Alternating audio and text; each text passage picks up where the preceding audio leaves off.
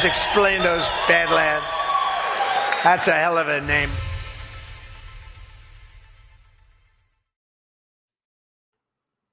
Hey, welcome everyone for this week's Breaking History. How you doing, Gordon? I'm fantastic, Matt. How are you? I'm okay. I'm all right. So I know that last week we went through a lot of deep history that I know a lot of people were really, really happy about. Got a lot of really positive feedback. Going through the untold history of the Crusades. What came before it? Why was it done? What were the occult agencies behind the rise of these orders, such as the Templars, that did a lot of damage to humanity? How did these things interact with other orders like the Knights of Malta, or the Knights Hospitaller, as they were called before they set up shop in Malta a little bit later on?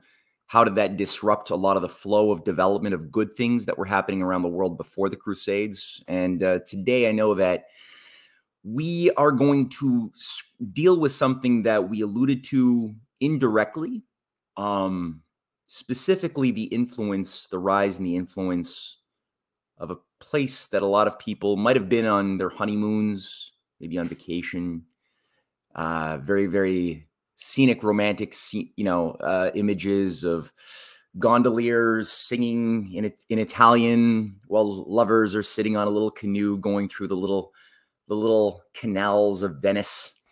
But Venice is more than that. I think it's still probably a major factor in the world today, but it also interacts directly with the oligarchy that is tied to the black nobility, the old hereditary bloodlines of the Roman Empire, and probably earlier even the Babylonian Empire, that have a direct continuity to the current age.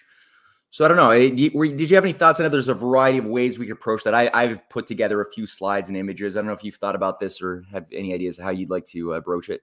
Yeah, absolutely. I think to me it makes sense. I know people like the maps, and I know people like kind of a high level introduction to try to connect it to other things they're more familiar with. And everyone kind of knows the Roman Empire.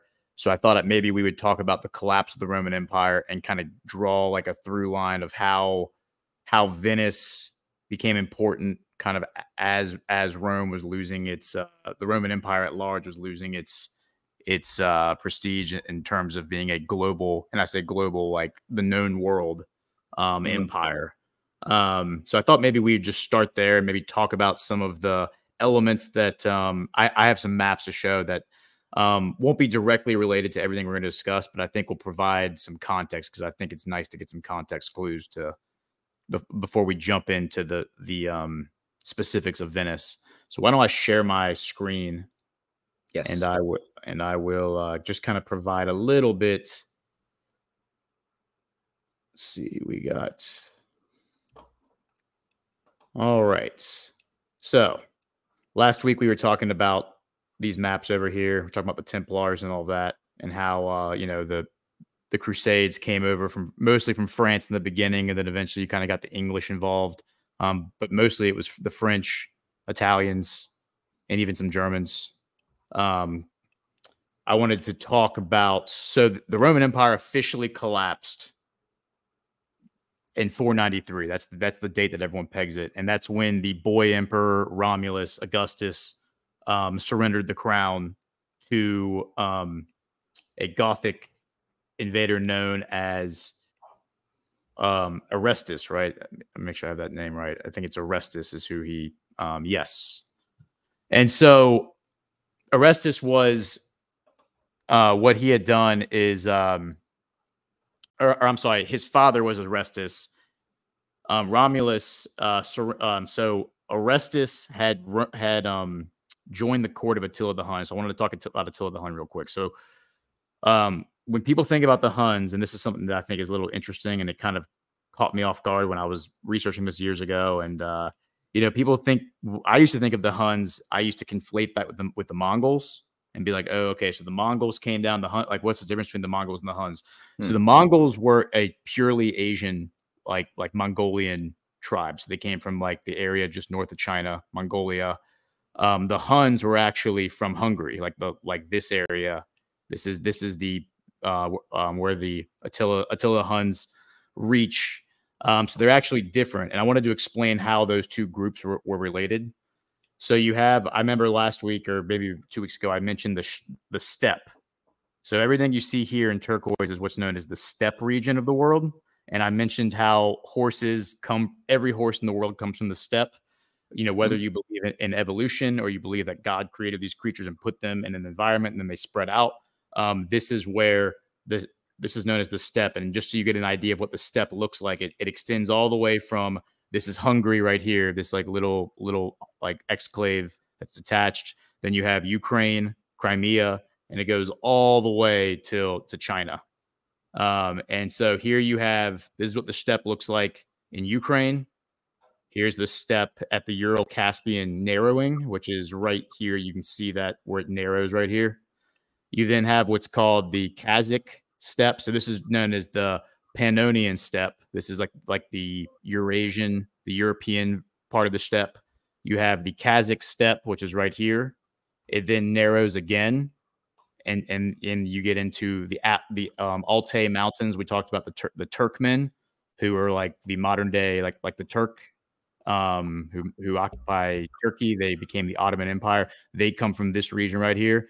And then just on the other side of that, this is Mongolia, and this little like sliver or like this like slithering flat land. You can see, so here's Kazakhstan. Here's that area I just pointed out where it narrows again. And then this is Mongolia and North China. So from Mongolia and North China all the way down to really Ukraine and then Hungary, this is what the land looks like. And you can imagine why that would be an environment conducive, not only to horses, but to nomads and people of the horse, so to speak. And then you had this group in Herodotus's day, which would be, 500, 600 BC, kind of like when the Roman Empire was getting its beginnings. They mentioned the Scythians. So anyone who studied ancient Greek history has heard of the Scythians, and they're described as a nomadic people of the horse who are really, really great at archery. And Scythian boys could ride horses before they could walk. Like that was the myth that the Greeks would tell each other. They occupy modern day Ukraine, the Crimea. The Brown is where they actually had settlements, but mostly they were nomads who rode around on horses and tents. And they are easily recognizable because of the shape of this hat. Anytime you see a Greek painting or a Greek pottery or Greek ancient art, and they have a person wearing this hat, that is a Scythian. They're Iranian. That's their origin. And so a lot of people want to think of them like I used to think of them when I would study ancient Greek history in school. I thought of them as like an Asiatic people, but really they were like an Eastern European Iranian. And when I say Iranian, I mean like ancient Indo-European. So you would still have like an Eastern European Slavic sort of ethnicity. And then of course you had the Mongols come in around like 1100 AD and mix with the Eastern Europeans, and then that's when you get the more introduction of kind of the more Asiatic look in Eastern Europe. But so this area right here, the Pannonian steppe, is really like the Scythians right here.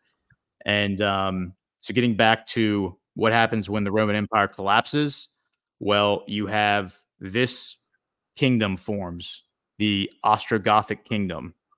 And it's only around for about 50 years. But it kind of serves as like that transition. You can see at the center of all of this is Venice.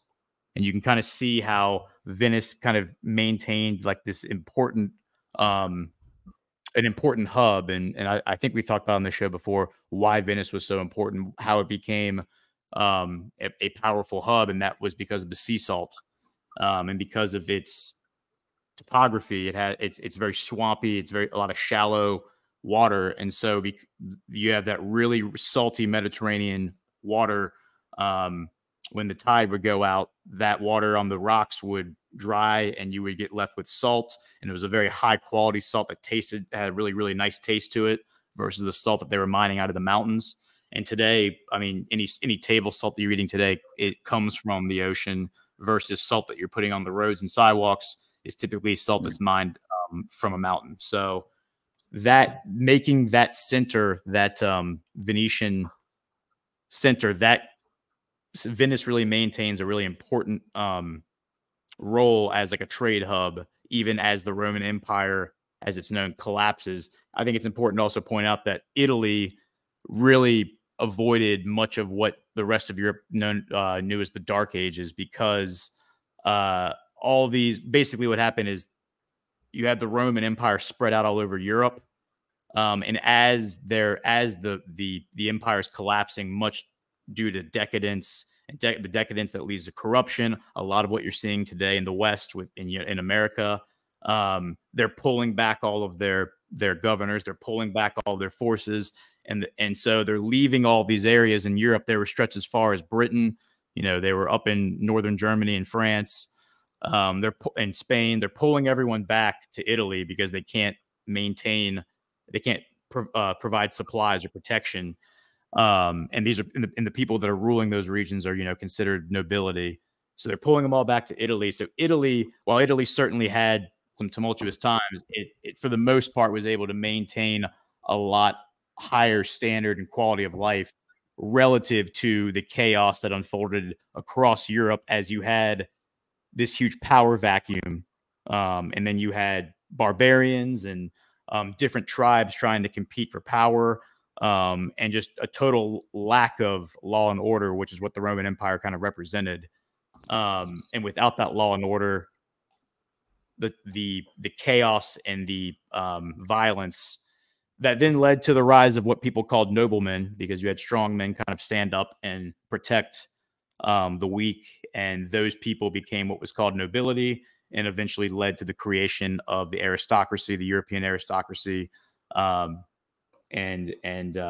talked about how at GART about how the aristocracy of Europe was really built around real estate, and basically the king would have his kingdom, and then he would start to carve it up among his direct kinsmen who were in his direct circle, and then those kinsmen would carve up their little sliver into their lower ranks, and that created a pyramid, and so on and so forth, and that created a pyramid structure of a hierarchy where the lower rungs had to pay taxes to the higher rungs, and if they didn't pay those taxes, they were stripped of their title and their land was given to somebody else. So they had a lot of incentive to basically squeeze the peasants in order to get their tax money so they could pay their taxes. And that power structure is really what came to define the European aristocracy for the next, from the collapse of the Roman Empire right up until, the World War I, really. I mean, it took Europe a couple centuries to kind of refine their economy and kind of transition from that system to what we have here in America. When America was created, that was one of the fundamental transformative ideas with America, was that you could own your own property, and it wasn't the government or some nobleman bequeathing it to you temporarily. So I think it's important to kind of provide that context and just let people see that from a high level. So Venice, very important trade hub, and kind of survives to a lot of extent the collapse of the Roman Empire. Yeah, that's good, and it touches on a lot of points that I'm going to contribute to this conversation. The point, I think, in terms of what happened to Venice, how did it also rebrand itself at a certain point when it went into an existential crisis, and how was something that's being promoted right now by King Charles? I find this is very interesting. I sent out an article. I'm going to include in the description box after this chat's over, regarding the Terra Carta and the Astro Carta. Did you get a chance to look at some of that?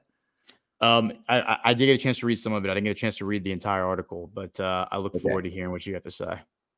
It's going to be interesting because I want to deal with both Venice and the Magna Carta, because they're two sides of the same thing. And this is basically the image that was selected by King Charles to be the foundation of the Terra Carta, and on the right is the newly unveiled Astro Carta. And what they're basically trying to do is like the Terra Carta, it basically outlines that we are stewards of the earth, and we have to basically, under the at the time Prince of Wales and his Sustainable Markets Initiative, under the World Economic Forum, create a new treaty to take 30% of the Earth's surface area out of human activity completely, globally, and sort of get some binding thing. A bunch of religious organizations have signed on. Obviously, every UN group has signed on to this thing. The Astra Carta, I didn't know about until like this week. Both of them feature the British King's, crown. With, of course, we spent a lot of time talking about the symbol of the Knights of Malta, which is also part of that thing. That's actually the logo for Amalfi, the city. At some point it was the rival city state to Amalfi, where a lot of the Roman oligarchs went to seek sanctuary after the Western Roman Empire broke down. And that became sort of the hub of what is today credited as the source of mercantile capitalism in the 9th century. It was Amalfi's role in controlling spice trade, other things. It took a little while for Venice to become the alpha top dog. But the point being is that this Maltese cross, very important that's there. Now, the Astra Carta professes to extend this logic to the entire universe, as we see with their logo of the celestial sphere. They have a whole website for either one of these things. Each one has their own website that King Charles is somehow overseeing. That extend, again, to call for creating a charter to be stewards of the universe under the British supervision of the crown. Like it's wildly hubristic. So what is all of this? And you touched already on the collapse of the Western Roman Empire, right? How it broke down into like little factions of warlords, Ostrogoths and Visigoths, and different pagan groups and Picts and what have you, and Anglo-Saxons and Jutes. So this thing grew and grew. But at a certain point, it completely was unmanageable, and you had the figure of Charlemagne, specifically his grandfather, then his father Pepin, then him, who were able to sort of consolidate this thing. They overthrew the Merovingians. The Merovingians were known as the sorcerer kings. that was what they were reputed to have been, even after they nominally converted to Christianity. They're still known as the sorcerer kings, and they're the ones who there's this oligarchical myth that was created that they're the progeny of the babies of Jesus and Mary Magdalene that went to France after after Jesus didn't die. They had babies. The babies created a sacred bloodline that goes through the Merovingians and animates the special sorcerer blood of the Hermetic special high-level families and their bloodlines of the royal nobility. So that's the myth that they created for themselves. I don't believe it at all, but the point is the oligarchy creates myths. That's part of what they do, and then they end up kind of believing in their own myths down the line. So it's a weird quirk of oligarchical systems that happens. Point is, Charlemagne overthrew the Merovingians. They and established what's known as the Carolingian Renaissance, where we had this ecumenical relationship of different kingdoms from Islam, Christian, Jewish, Chinese alike, that were all working together under an idea of looking for common interests, win-win cooperation. So that had to be destroyed. So we discussed the Crusades. You also just recapped it. We don't have to go through that again. But today there's been something that I find interesting. So King Charles, when he was inducted and coronated, I showed this image last week too, but it's good to recap this.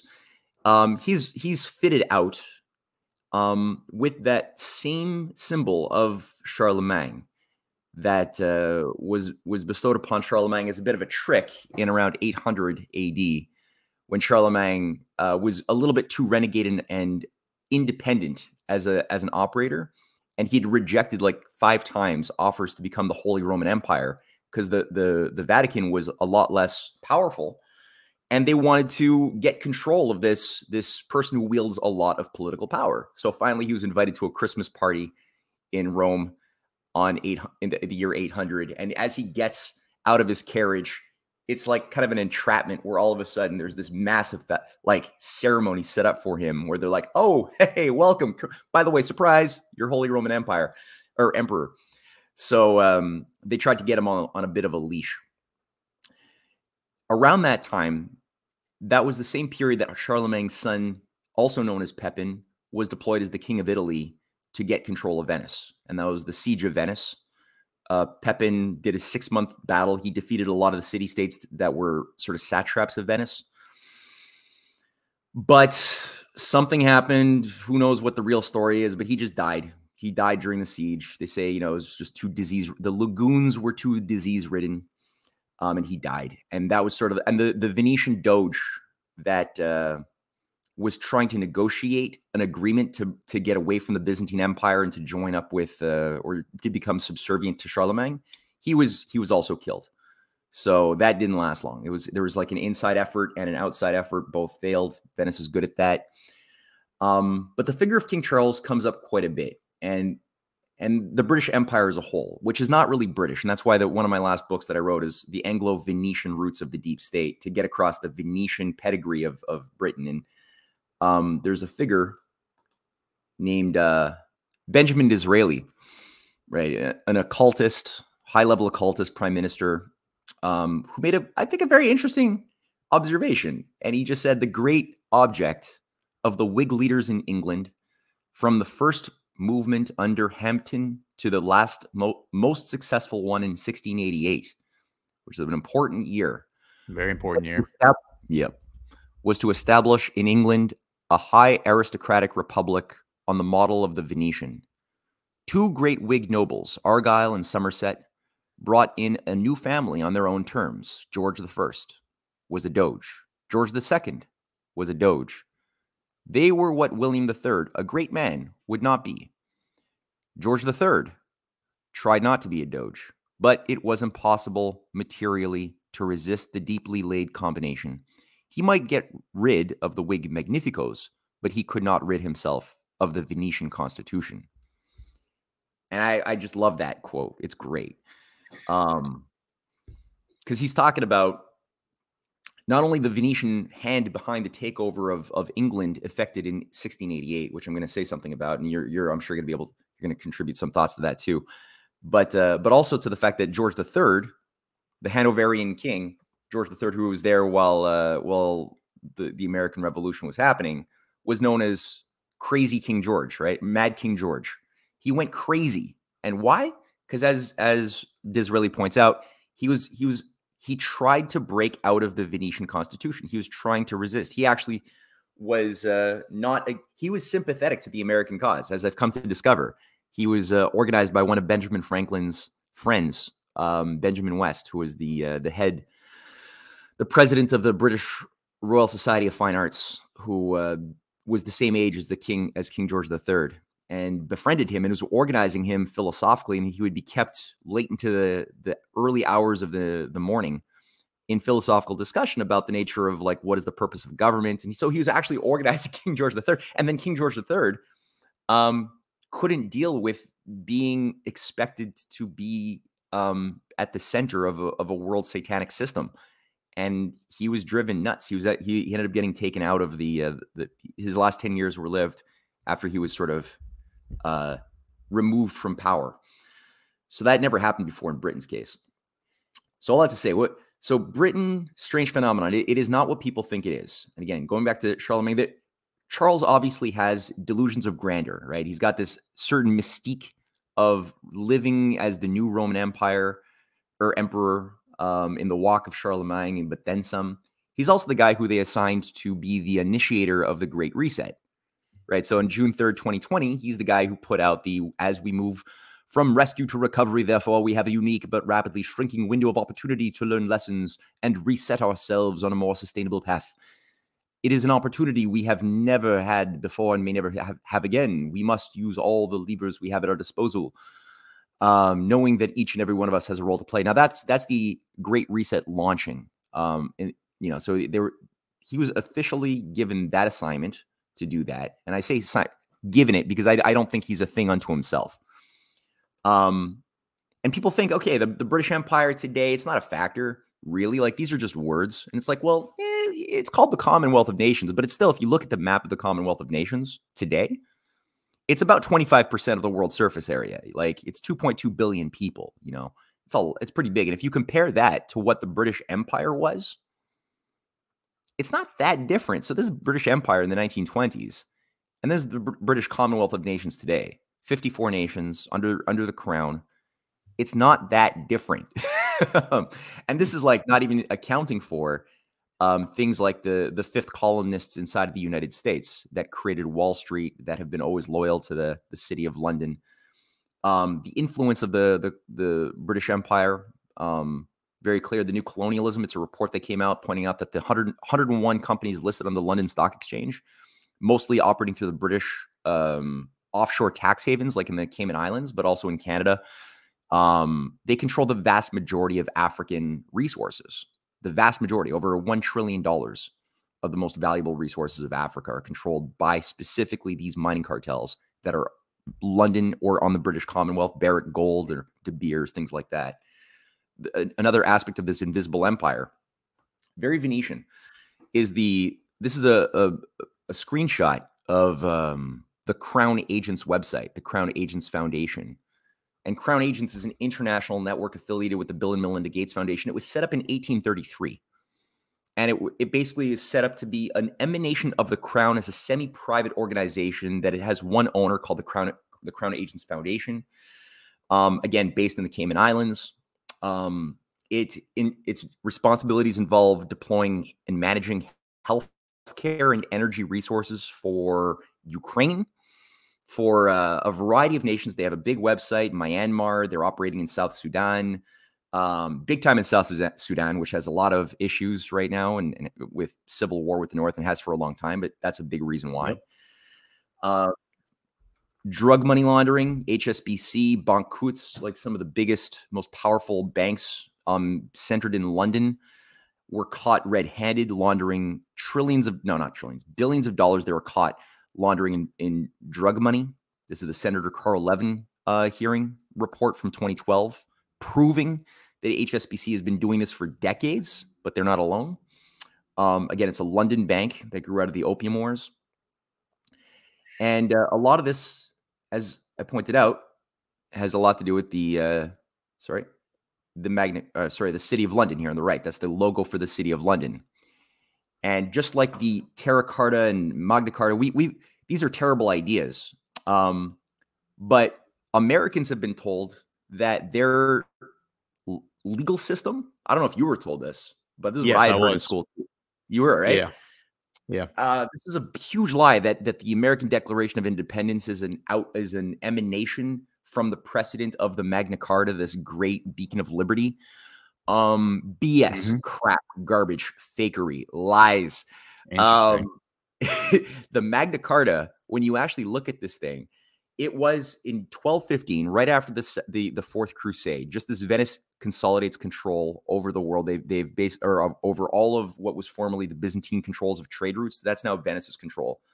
Because the Fourth Crusade, I have a map of that. It was basically Venice screwing over it was a junior partner screwing over the senior partner in the empire relationship and taking over. Hostile takeover, right? Very hostile. So hostile. And the City of London, in the Magna Carta, so the City of London is a city within a city. It's called the Square Mile, but it's the center of global finance today, and it was 800 years ago. It was when this thing was being drafted. It already had existed. We don't know the history because it's very obscured. There's a lot of... but one thing about it is that they are a law unto themselves. They can't be controlled by the British government. They have their own courts, their own police, their own structure of control around the livery system of the guilds. That sort of are the controlling forces of the governance of the city. In the Magna Carta, which was done by enforcers of the City of London, various Norman robber barons who had taken over control of England in 1066 with the William the Conqueror. These were basically like Viking pagan Normans who had taken control of France a bit earlier, and they had basically taken hugely violent takeover in 1066. And they basically established feudalism. Before that, there was no feudalism in England. It wasn't there. The Normans were the ones who enforced feudalism, basically reducing human beings to possessions on a feudal landlord's estate under the barons. And the barons were these private entities, these private interests that would like organize as warlords and would constantly be at odds, obviously, with the administrators, the king and company. And there's constantly this effort to try to get them under some form of national control, get them to do something like abide by some set of law, and they wouldn't do it because it's like, you know, who has the power makes the law in their minds. So finally, Might makes right. Might makes right. Pure Hobbes, Hobbes before Hobbes. And they hoisted this thing at a certain point onto King John, which basically said, and these are just three of the elements, that the city of London shall have all its ancient liberties and free customs by land as well as by water. Furthermore, we decree and grant that all other cities, boroughs, towns, and ports shall have all their liberties and free customs, but these are all economically under the control of the barons, the barons and the livery companies. Earls and barons shall be immersed only by their peers and only in proportion to the degree of the offense. So basically they're saying that immersed means punished. So if you do something illegal, they can't be punished by the king or the nation. They can only be punished by their own fellow criminals, basically.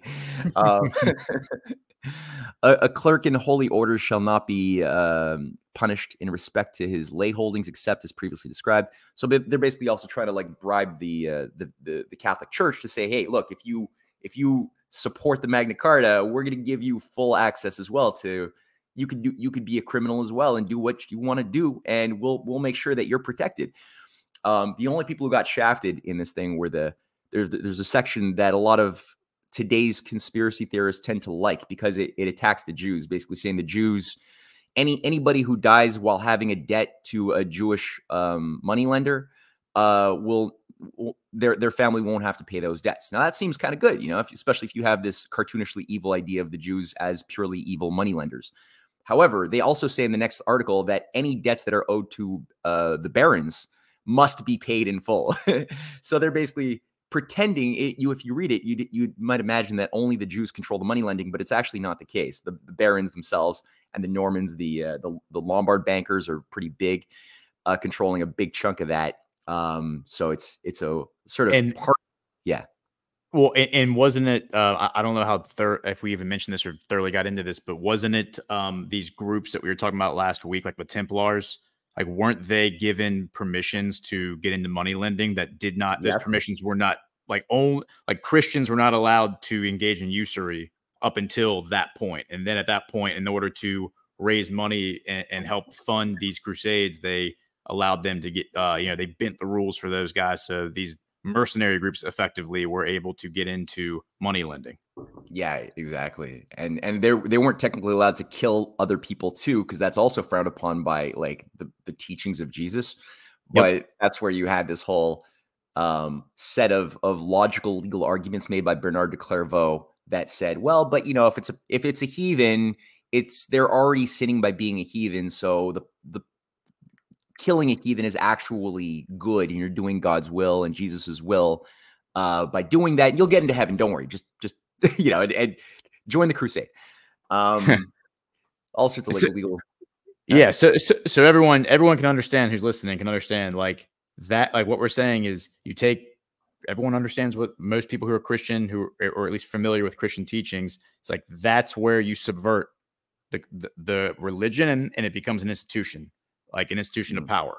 It's like, all right, we're going to take this idea that has like some purity in its origins, whether or not you're a Christian and subscribe to it, you can understand that it creates a moral structure for creating societies and promoting, prosperity. And then they take it and they turn it on its head and they say, okay, you're not supposed to kill people. However, if you're killing the enemies of God, if you're killing the enemies of Jesus, that's okay.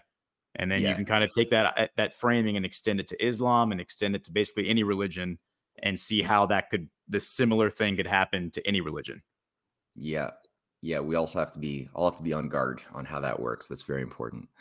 How about we do this before going into some images on Venice specifically, because I got some stuff on Venice that I want to introduce.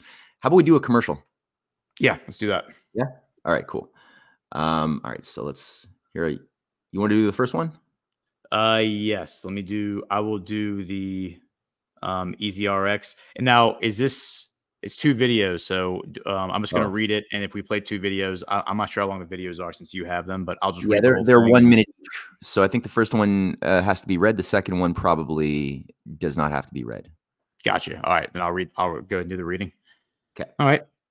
We constantly talk about health and different ways to help and get many questions about ivermectin and where to get it. That's where we've partnered with EasyRx. They have a huge selection of meds at badlandsmedia.tv/EasyRx, or click in the description box below and use promo code BADLANDS for 10% off your order of $150 or more. EasyRx not only has a huge selection, but also quality assurance, big savings, and fast shipping. If you're looking for ivermectin, hydroxychloroquine, fenbendazole, then they're there today. Don't forget about fenbendazole. They've tested fenbendazole on worms or parasites that can live inside of us without obvious signs and can lead to health complications, from bowel obstruction to loss of appetite, loss of weight, anemia, lung infection, and liver congestion. Some people have stated that fenbendazole has even helped them with their cancer. Watch this clip of Joe Tippin's fenbendazole story.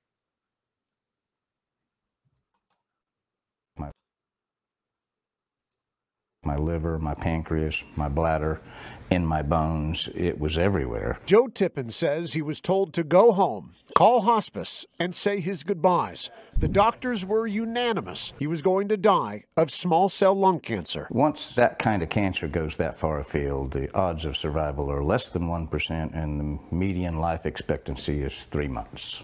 Tippin says he got a tip, not from a pharmacist, but a veterinarian. And in his desperation, he turned from people medicine to dog medicine. Specifically, fenbendazole. Truth is stranger than fiction, you know? Just 3 months later, Tippin says his cancer was gone. My insurance company spent $1.2 million on me with traditional means before I switched to a $5 a week medicine that actually saved me.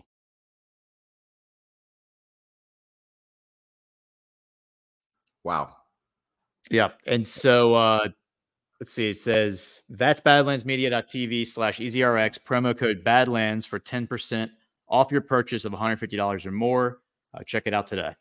That's EasyRx. And Cool. Everyone, please, if you're enjoying this show and this conversation, please hit the thumbs up and share this with your friends. Absolutely. Please do. So there's more. So we already saw this quote, right? Mm-hmm. George III couldn't break from the Venetian Constitution. We've been introduced to Venice. And real quick, if you can explain what a doge is. Well, that's what Yeah. You want to do that it? where you're going? Yeah, exactly. Well, I mean, my understanding is it's basically like the head of state in one of these Italian city-states. And it's important to understand that Italy did not unify as a country until the 1800s. So up until the 1800s, basically, Italy was a collection of kingdoms, oftentimes that were in conflict with one another. Florence and Rome had a lot of back and forth conflict during the Renaissance. A lot of that had to do with these free ideas and this free thinking that was happening in Florence, like the explosion of art and expression, and how that kind of flew in the face of Rome and their more orthodox, old school, kind of like the conservative liberal paradigm, so to speak. So, but you can see the Doge in that picture in the middle there. I think that's Leonardo Loredan, if I'm saying his name right. In the picture of those 3 guys that you have, and you can see the hat is very similar to the Scythian hat, which is the Scythians. I saw Roger 5x5 threw it in the Rumble Rants earlier, but Scythians were a Turkic Eastern European people, like out of Ukraine. So it's interesting that you see this Eastern European influence over these Italian rulers.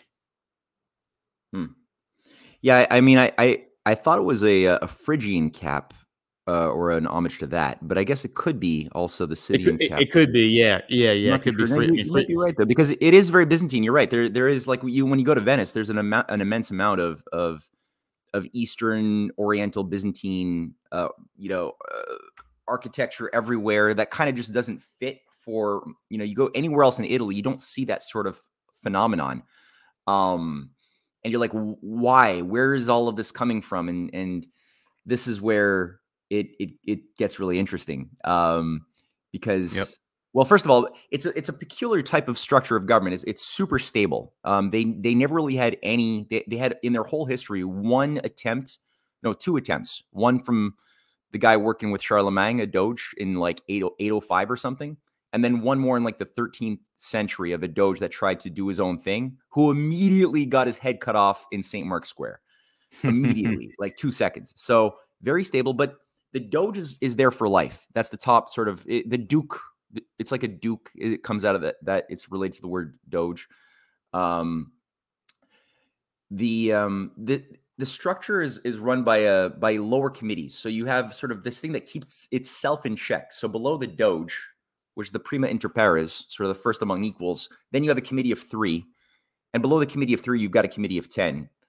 And below the committee of 10 is the General Senate, where every member of the hereditary families, about 2,000, can be members of the Senate. But that's pretty much it. And you have this very, very harsh wall between the massive impoverished citizens of Venice who, I mean, the poverty was world-renowned. There was no ability to interface with the government in any way. It was really like a strict slave master type of structure with a very limited sense of being a republic, because they called themselves the most serene republic.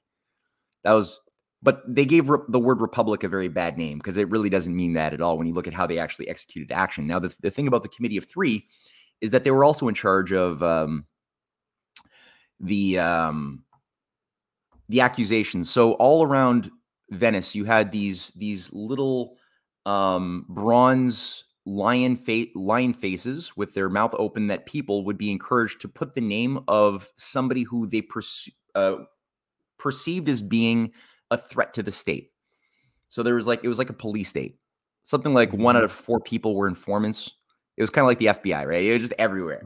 Everyone was afraid of giving their public opinions about political matters in cafes. Everyone was very self-censoring and afraid of their neighbor. Kind of like, again, like the McCarthy era of the United States, where if you say the wrong thing and your kid hears you, you don't know if your kid might report you to their teacher because you're criticizing the U.S. becoming an empire or something. And then all of a sudden you find yourself unhireable. You've lost your job. You don't know why. Same sort of thing. And the Committee of 3 had an absolute death penalty. They could dole out the death penalty. So this is where, the lagoons became, or not the lagoons, but the canals became famous for dumping bodies. And the next day, the person whose name would be in the lion's mouth, they would have a secret trial. If the Committee of 3 found them guilty, they would disappear. And again, this is like the image we showed you, alluded to the different city-states, right? No whole nation. Venice is the lion stepping on the Bible. Probably a little double meaning there.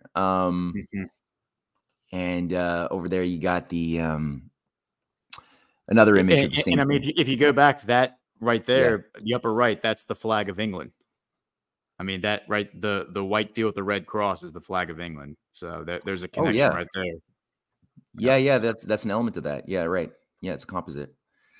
So the thing I really wanted to get across here is this is the thing, right? So where did all of this Byzantium and Oriental and Arabic sort of like styles of designs and architecture come from? Well, they stole a lot of it from Constantinople. And that's sort of the, like you said, the violent takeover, right, of 1202 to 1204. This is called the Fourth Crusade, entirely sponsored by Venice. That's the image of it there. Starting from Venice, they supplied all of the ships for the Christian Crusaders at a high expense. It was very, very, very costly. And there was an agreement along the way that, okay, well, how are we going to pay off the Venetians who gave us these giant loans to pay for our private mercenary armies? And how are we going to pay for these boats? Well, before we go to the Holy Land, let's take a stopover at Constantinople and another city in Byzantium too. And let's just lay siege. Let's lay siege and basically loot them, which is what they did. So you have one Christian army destroying another Christian city-state, looting them, killing thousands of men and innocent people, non-combatants, stealing all their gold, their architecture, their paintings, and bringing it back to Venice to pay Venice for all of the debts. And then they're like, well, we're carrying so much loot, we can't really go to the Holy Land, so let's just go back home. And Yeah, just got which by pinned, and yeah, yeah, yeah, which by the way, that directly contributes to the fall of the Byzantine Empire to the Ottomans, which is why the Muslims are then able to take over Constantinople and convert it into Istanbul, and they convert the Hagia Sophia from the largest cathedral in the world into a mosque, and that's directly right. because of what the Venetians did, what the other European Christian kingdom did. And Odoacer is the guy's name. I said Orestes before, but Orestes' son is Rob. He joins Attila the Hun. So Attila the Hun is obviously like a Scythian descendant. Forms the Huns, comes out of like Hungary, and then takes over. Joins. He joins his house with Orestes. Orestes has a son who is Romulus Augustus, and then Romulus Augustus is who surrenders the crown in 493 to Odoacer. And Odoacer, who's an agent, who's an Austro-Gothic agent, he basically openly says, "I'm an agent of the Byzantine Empire." So it's like the Byzantine Empire comes and kind of destroys the Western, like the Eastern Empire destroys the Western Empire, and then the Western Empire comes and destroys the Eastern Empire, and it's kind of this cyclical process where you basically have like an Ouroboros of Christianity, of these Christian empires destroying one another, which leads to ultimately the net effect is the Muslims taking over Constantinople and turning it into a Muslim kingdom. Interesting. And what you're saying, that this also plays into, I was just reading this before this show began. Webster Tarpley had done something interesting many years ago on the Normans, and he made the point that the Norman invaders that took over in 1066 over England, and England had some quite good kings that were connected directly to King Arthur, like the real King Arthur, not the myth of the Round Table guy that was cooked up to promote the Crusades, not that, but the real King Arthur, who was like actually living, fighting in the end of the 6th century. That guy, he had a network, like a lineage that was tied ultimately to the Tudors that took back control later on. But there's this figure named King Alfred the Great, who was a major reformer, walking in the walk of Charlemagne, very inspired by Charlemagne's reforms against the oligarchy, for providing mass public education. And he put into motion for 20 years this huge upshift in the culture, in the physical economy, and that had to be destroyed because it was threatening. Now, one of the key guys who So the 1066 Norman invasion was made possible by the 1066 Norwegian army of King Harold Hardrada, who launched the first attack on England. And they defeated them barely, but they were so weakened that they were then vulnerable for the takeover by the Normans that same year. But King Harold of Hardrada, who was managing the Norwegian army, was the Byzantine general, and he was the Imperial Guard commander in Constantinople. So he was a direct agent of Byzantium deployed to destroy England at that time, and it was obviously working also very closely with the Norman pagan occultists, who brought in feudalism and really subdued, and then brought in later on the Magna Carta, and that established and enshrined the powers of the city of London as sort of a power unto itself. Kind of like what Venice was, right? Or any of these city-states, they were like, they don't want to have any external like nation state telling them what they can or cannot do. They are gods, right? So then it's just a question of gods fighting gods, which is I think also where you get when you look at like Orestes, the other Orestes, the Orestes trilogy, by Aeschylus, or Aeschylus's works on Prometheus Bound or other things.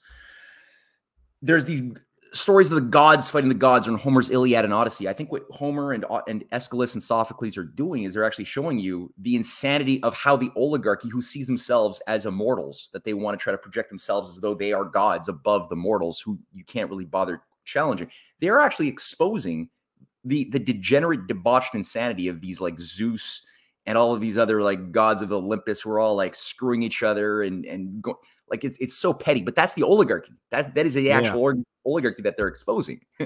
That's really interesting, because that makes me think of like Burning Bright. He's a fiction writer. That's like his background, and he always talks about how it's easier to tell people the truth using fiction than it is to tell them using like reality. Like because people will suspend their belief, and they'll suspend their they'll check their beliefs at the door when they're engaging with fiction.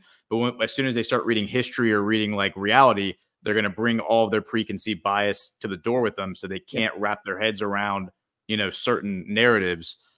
So he's just saying that it's easier to teach people about, you know, like lessons and everything using works of fiction. So I think that's really interesting. Well, And think about, go on.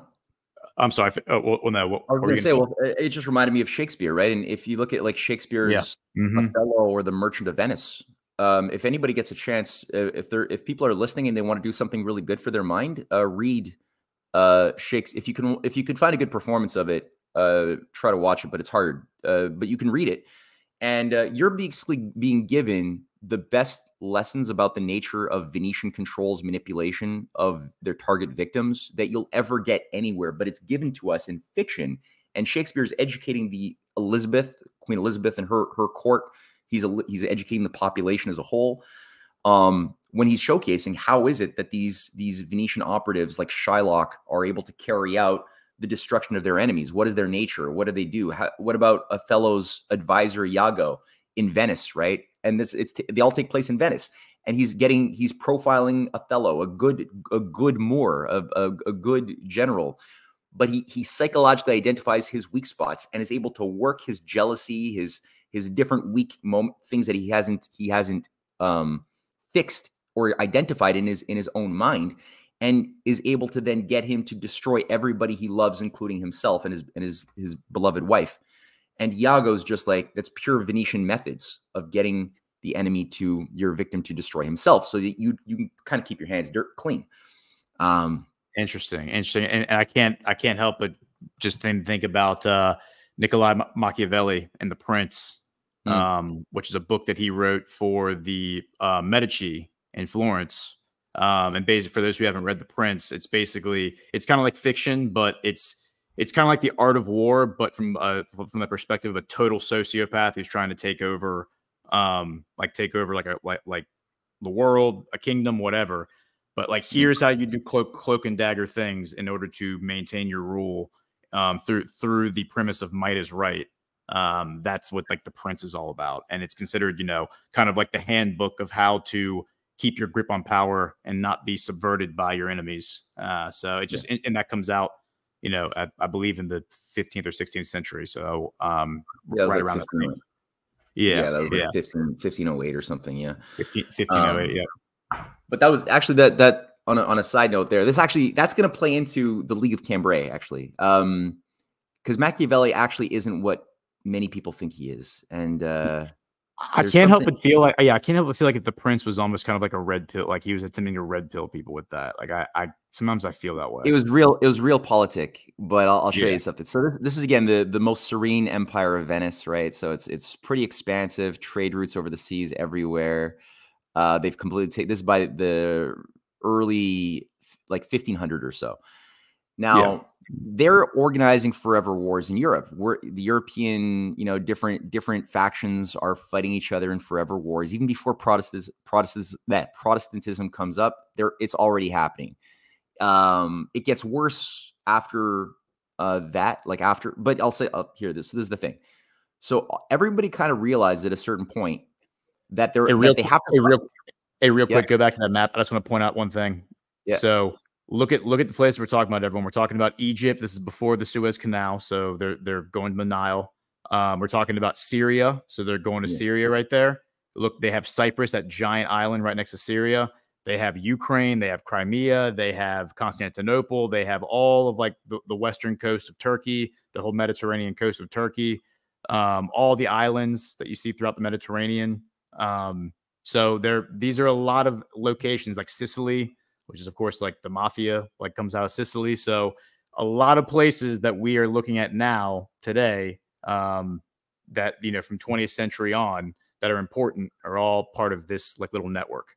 Yeah. And also, Crimea, they stretch right up into southern Russia. And in fact, it was Venice who was also sponsoring the Northern Crusades too. They were big bankrollers for it. We don't have pictures of that here, but there were about 5 or 6 Northern Crusades into Russia, into Sweden, into a lot of like Eastern Christian run nations or power areas that were attacked by Christians. So it wasn't really what we were told. I also see that the vassals of Lithuania. I need to write that down. So it says, and her vassals, the duchies of Montserrat and Lithuania. That's very interesting that they're talking about Lithuania, because that's Putin was talking about Lithuania too when he interviewed by Tucker.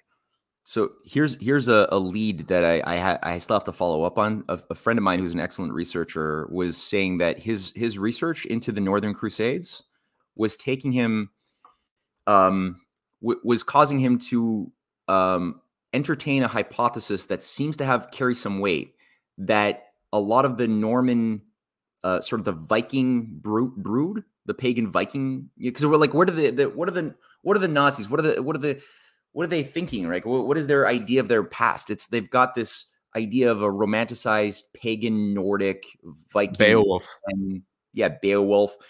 That's I was just going to talk about how the Beowulf epic is coming out at the same time. Like you talk about 1066. That's like when Beowulf was really coming to fruition. Yeah. Yes. Yeah. It seems like propaganda, kind of like the Grail myths. Later on was also propaganda for its own part of the Teutonic orders and stuff, and that would be part of the new like Gnostic mystery schools.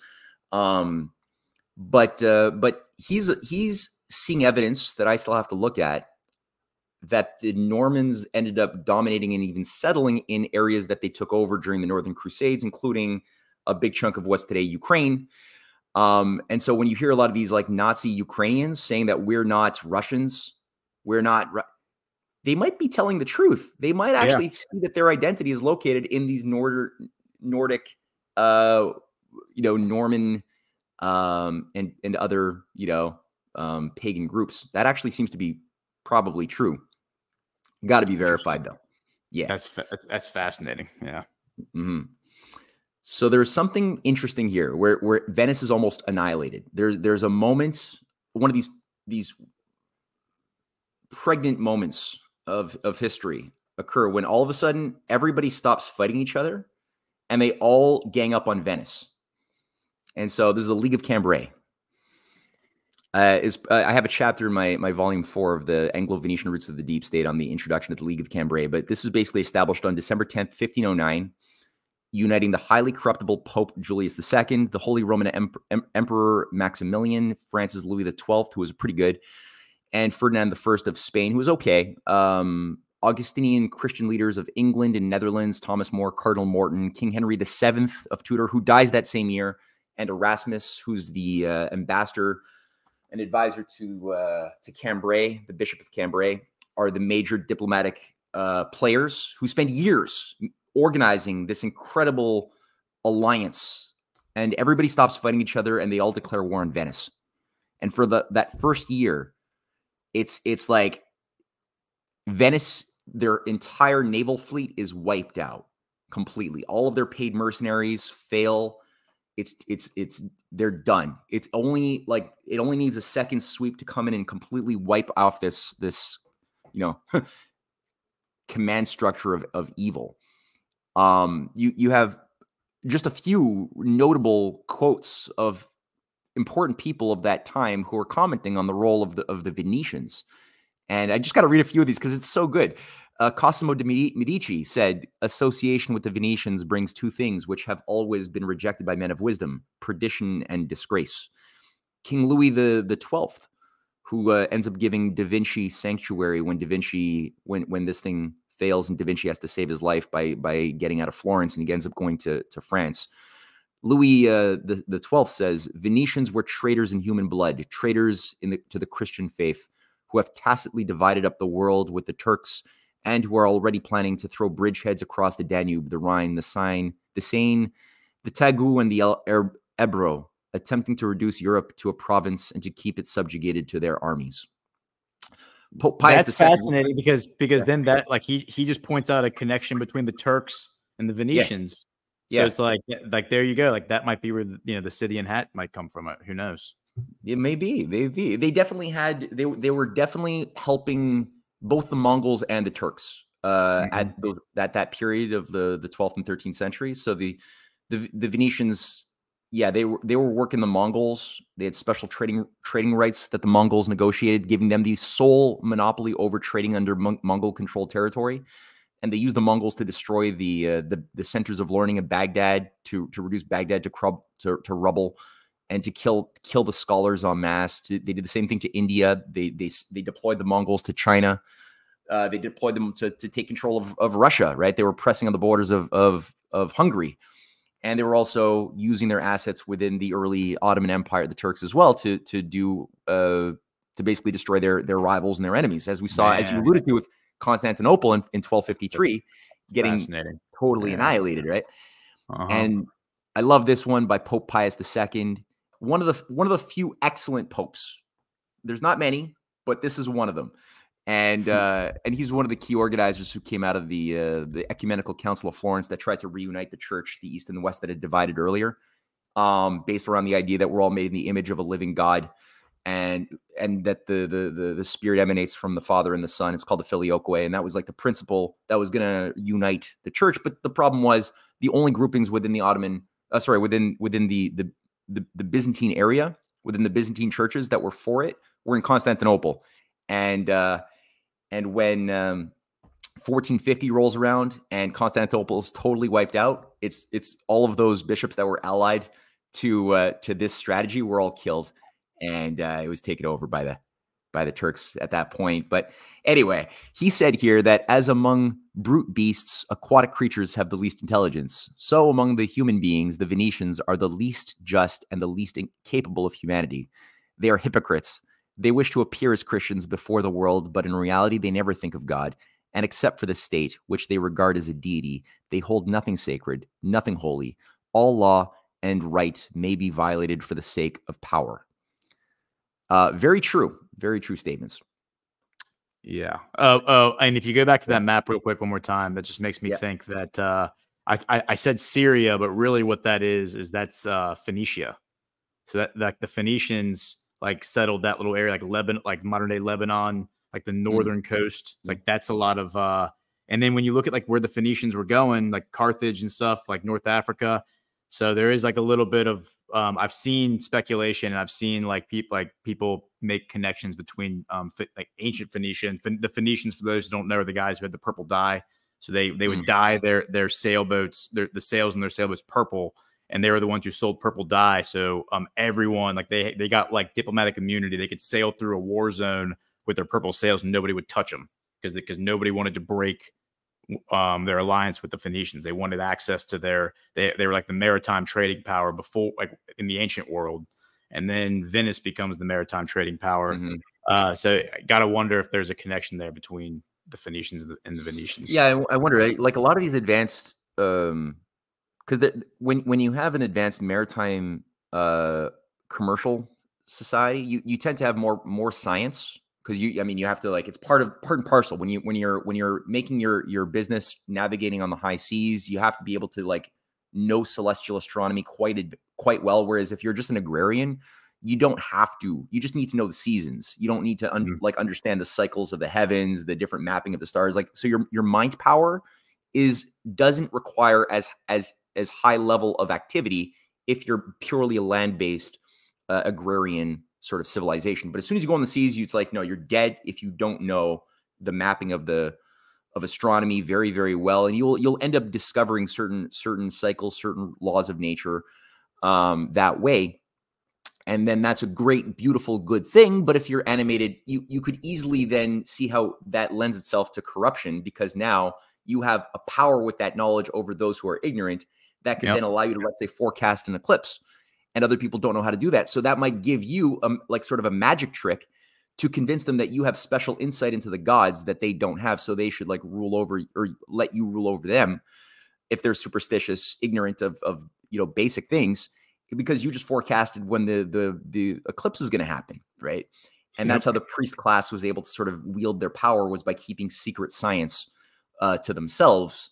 Now that doesn't mean that they necessarily, it doesn't mean that the science was bad, but that the tendency to be able to use it as a power over those who are ignorant is a thing, and it still is a thing today, right?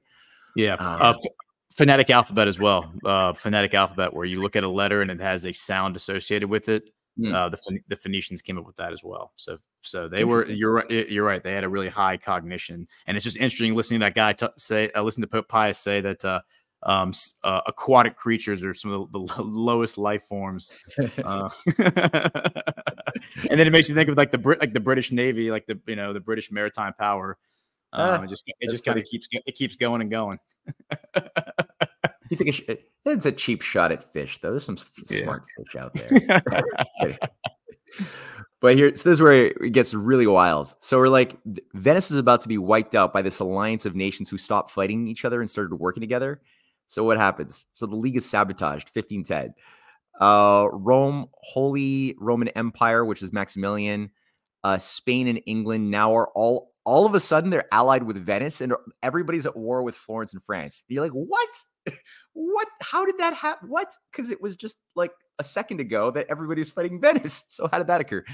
And also, right, then you have the Christianity, so it starts splintering from within, right? So the age of the new age of forever wars between Catholic versus Protestant wars begin. The 100 Years' War, the 30 Years' War after that, like it piles on. Forever wars. Counter-Reformation, 1534, Jesuits and Anglican cults created, steered from Venice at the same time. We'll talk about that next time. Next week is going to be the Jesuit episode, right? I think we talked about that. Yeah, and we'll bring in Cynthia too, and she'll share some thoughts that are super interesting there. But so what happened? So during that league, you had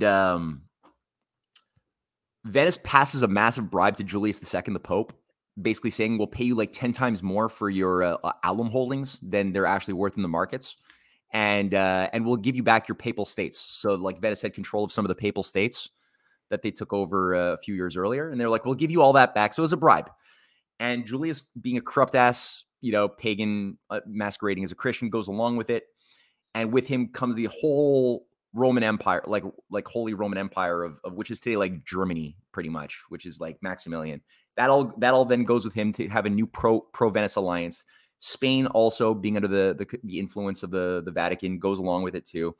England, because Henry VII, who's a really good king, is killed. He's dead in 1508. His son Arthur, who was supposed to be the heir to the throne, dies the same year, probably poisoned. King Arthur, so he was supposed to be King Arthur, the son of King Henry VII. He dies, so that leaves this nimwit, sex maniac, idiot Henry VIII, anything, to be now the king. And this guy's been profiled and worked upon since he was young. He had a few good advisors like Thomas More, but it wasn't enough. The corruption factor was way too high. And he ends up like jumping in and supporting Venice as well against Florence and France. And then at this point, Machiavelli and Leonardo da Vinci, who are like close allies in Florence, their citizen army that they built up gets wiped out. Da Vinci goes and flees to France. France is doing a back channel fight, but it's really hard at this point. They get beaten down. Machiavelli seems to be, again, my take on him after doing this research is that he's good. And that's kind of what I picked up on that before too as well, but continue.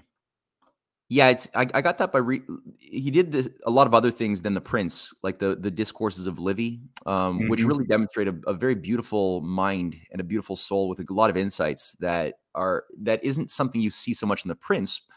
But the thing about the Prince, when I was looking into it, is he never wanted that to be published. He wrote that specifically as a manual, specifically for one Medici prince that he was working closely with to do real politic in the real world, because the problem was you do have the Venetian methods that are trying to destroy you from within, from without. You got like traitors, fifth columnists everywhere. Like they call it a Byzantine thing for a reason. And it's all shadow plays and cutthroat. So he's like, look, if you can't just be a noble philosopher king, good guy. You can't. You got to play the game. And that was sort of a training manual for that guy that Machiavelli never wanted to be published, and it was published after he died against his will. Fascinating. Yeah. And now they promote that in college as like, oh yeah, check out how nefarious this Machiavelli guy was. Because you're right, Machiavelli and Da Vinci like were friends, and they were working together to help the Medici in Florence. And that's interesting that Florence and France had their alliance, because the Florentines, like you have the fleur-de-lis. It's like that's a thing in Florence as well as in France. And Da Vinci, for those who are wondering, how does an artist fit into this? He was a brilliant engineer, and he engineered lots and lots of war machines for the Medici, helicopters, tanks. He even, I think, submarines. I want to say he came up with some sort of a submarine, like submersible. So I mean, he was a very, very smart guy. And, you know, how much that stuff got built, we can't know, but he had flying machines and helicopters. So airplanes and helicopters, like gliders, like drawings of all that stuff. So brilliant, brilliant guy.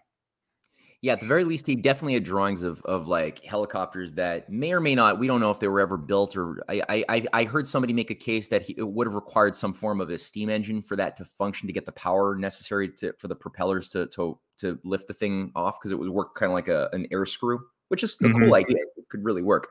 Yep. I don't know. But the point is that the idea was there. He definitely did submarines. That's for sure. Like, not advanced, but significant stuff. I thought he did figure out submarines too, and he did it. And the way he figured this all out, this is my favorite part about it, is he figured it out by studying nature. So like he would take like, you know, he'd find a dead bird, or maybe he had a bird and he killed it, but he would take birds apart and he'd study the way their wings move. He studied he figured out their bones were hollow. He figured out like, how did nature make these things, and then he tried to replicate it. When it came to a tank, he studied turtles. And he said, like, how's a turtle shell put together? How does a turtle like interface with? How does a turtle move around? Like, very, very smart guy. And he figured he had there was a cluster bomb that he developed by studying pomegranates, and like the way that like pomegranate seeds exploded when like you bit into them. And so he then figured out that if you wrapped these bombs in leather, you could then pouch them all together, and then when you launched them, they would split open, and you know, you could have a wider area of impact. So, you know, very, very smart guy, and that's why he's so highly respected by a lot of people. Fantastic stuff. Wow. Yeah. Let's do a couple of commercials before we see how Venice took over England. Here, I'll do Goldco. 1 second. Okay, Goldco. Oops. Are you concerned about the $6 trillion at stake in the upcoming 2024 elections? The Wall Street Journal has reported a critical issue: the looming decision on extending tax cuts scheduled to expire after 2025. Republicans advocate for extending Trump's tax cuts, while the Democrats lean towards letting them expire and increasing taxes on top earners and corporations, potentially creating a massive $6 trillion gap. But fear not, there is a way to protect yourself from this impending threat. Join the thousands of hardworking Americans who are taking proactive steps to safeguarding their savings. Visit badlandsgold.com to claim your free 2024 gold and silver kit and fortify everything you've worked for. You may even qualify for up to 10% back in bonus silver, but hurry, supplies are limited. Don't leave your financial future up to chance. Act now to diversify and shield your savings against the uncertainties ahead. Get your free 2024 gold and silver kit today at badlandsgold.com and take control of your financial destiny. And then Vanman.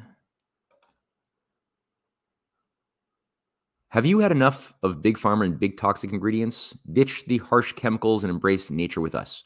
For too long, we have been hypnotized by big companies using their chemical slop products. Their clever marketing campaigns and heavy lobbying allow them to use words like natural to describe products that are anything but. Meet the Van Man Company, where we are about organic, natural remedies. Hop in the van and try out our famous tallow and honey balm as a daily face and full body moisturizer. Use our miracle tooth powder made from ground eggshells, not gold, ground eggshells and ground cattle bone to remineralize and naturally whiten your teeth. And try our new coconut magnesium deodorant to keep you smelling fresh all day. We got you covered, and we do it with all products sourced naturally from American farms and made in San Diego, California. Visit badlandsmedia.tv/Vanman today and get free shipping on all orders over $40. Okay. Right. So basically, yeah, Venice kicks over the chessboard, right? They just like, that's the thing. When you can't win the game that you rigged, you just burn the whole casino down. And that's what Venice does really pretty consistently. And then, like I said, after they organized the Counter-Reformation, the Jesuit Anglican cults created as well, steered from Venice. Then you got the Jesuit reaction the sort of the Jesuit run counter reaction or counter reformation known as the Council of Trent, to basically codify that no dialogue with Protestants will be allowed. Kind of like Zelensky saying no dialogue with Putin is permitted by law. So of course, no negotiations, no chance of dialogue means forever war. Yeah. Which is like similar rhetoric coming out of Israel right now, saying there's no chance that we're gonna talk, have a negotiation with Palestine. Not right now. We're gonna keep doing war. So it's like you see this when there's no dialogue, there's no chance for peace. No way. Yeah. Which is where the later on 1648 Peace of Westphalia becomes very useful, because that's again like one of these League of Cambrai moments where you have Jean-Baptiste Colbert, Mazarin from France, organizing all of the different like feuding princelings and prince electors who are all fighting each other in these Catholic Protestant wars for, that killed like half the population of Germany. And they're finally able to organize an alliance based upon the well-being of the other. And the first within the charter of the Peace of Westphalia that establishes the modern nation state, it comes from there, 1648. And it basically doesn't just say we're all going to just agree to ignore each other. It says we will now all work for the benefit of the other. First article is everybody's self-interest is now based upon the self-interest of their neighbor. So that's a very Christian idea. The idea of forgiving all transgressions is article number 2. Very important elements. And then later on, there's like 90 other like details.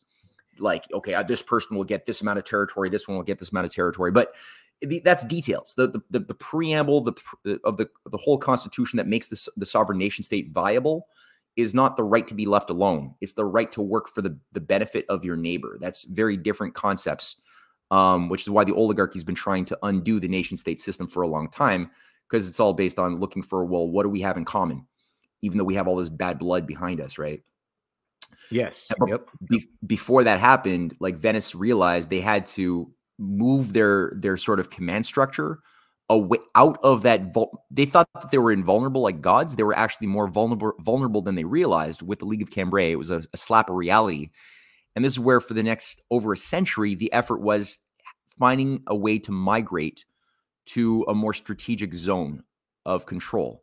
And that was, as you see here in green, is Amsterdam and the Netherlands, and which is also a hotbed of republicanism and anti-imperialism against the Habsburg Empire. That's where you had the uprisings of Flanders in the 16th century against Philip II, the revolt of the Netherlands. So there was also a lot of science, a lot of arts that were really growing in a really beautiful Renaissance manner in the Netherlands. Also in England, you had the networks of Shakespeare, of Erasmus earlier, of Thomas More, had a huge influence still on the culture. And, so these were like the zones where there was the greatest goodness, and thus that's where they had to get control and destroy them from within. So they did that through this technique of private finance and occultism.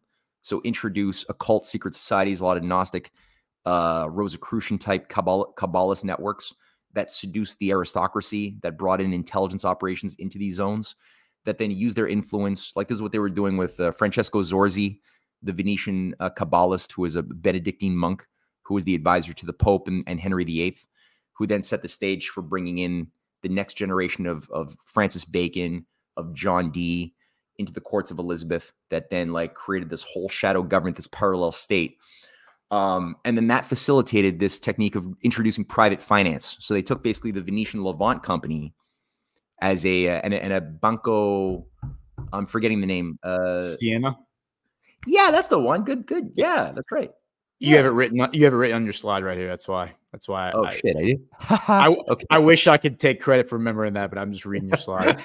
Get out of my head, Gordon. Okay, yeah, right.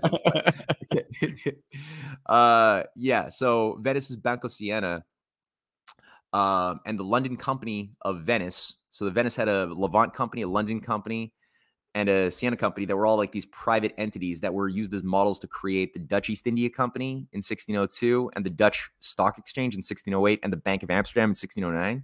That was the first world like official private central bank, was the Bank of Amsterdam. And then and at the same time, their agents were at work in England, setting up the British East India Company, the London Stock Exchange, and the Bank of England. But the Bank of England only happened a little bit later, right? And in Amsterdam, they basically had to destroy the economy by getting everybody into idiots, like what happened to America after 1971, we all started embracing consumerism and stock market speculation, or what was done in the 20s under the stock market bubbles, the roaring 20s, right? It was artificially created bubbles that would then naturally blow, as all bubbles must blow. And then you destroy and do a wealth transfer. So those in the know who knew that it was a bubble would be able to buy before the thing burst, and then buy for pennies on the dollar all of the real estate and other things that their rivals had control over, who were too stupid to realize what they were doing. And that's what was also done in England after the Glorious Revolution of 1688, which saw this, stooge puppet king of the Netherlands, the William of Orange, installed to become all of a sudden the king of England.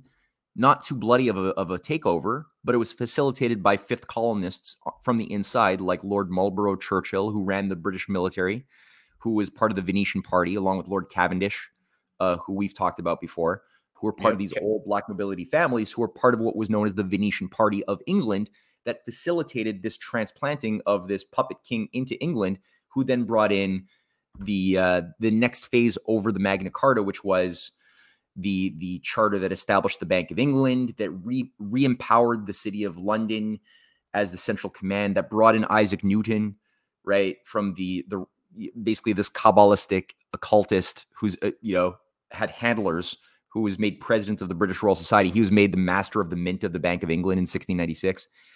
So this whole thing was then what it culminated in affecting what Benjamin Disraeli had pointed out earlier, as far as, this Venetian Constitution takeover of England that then became the central point of a new empire, which was this British Empire. So that then had the aspiration of becoming the seat of a new one world empire that wouldn't make the mistakes of Rome, which is why they commissioned Gibbons in 1776 to do his study of the rise and fall of the Roman Empire. And Gibbons was commissioned by the British Empire in order to figure out how Britain could become the new Roman Empire, but without the mistakes made by the first one, so that they would fully, control the world and then the universe, as King Charles aspires to doing with his stupid Astra Carta, which people should just go to the website and read this thing. It's really hubristically insane.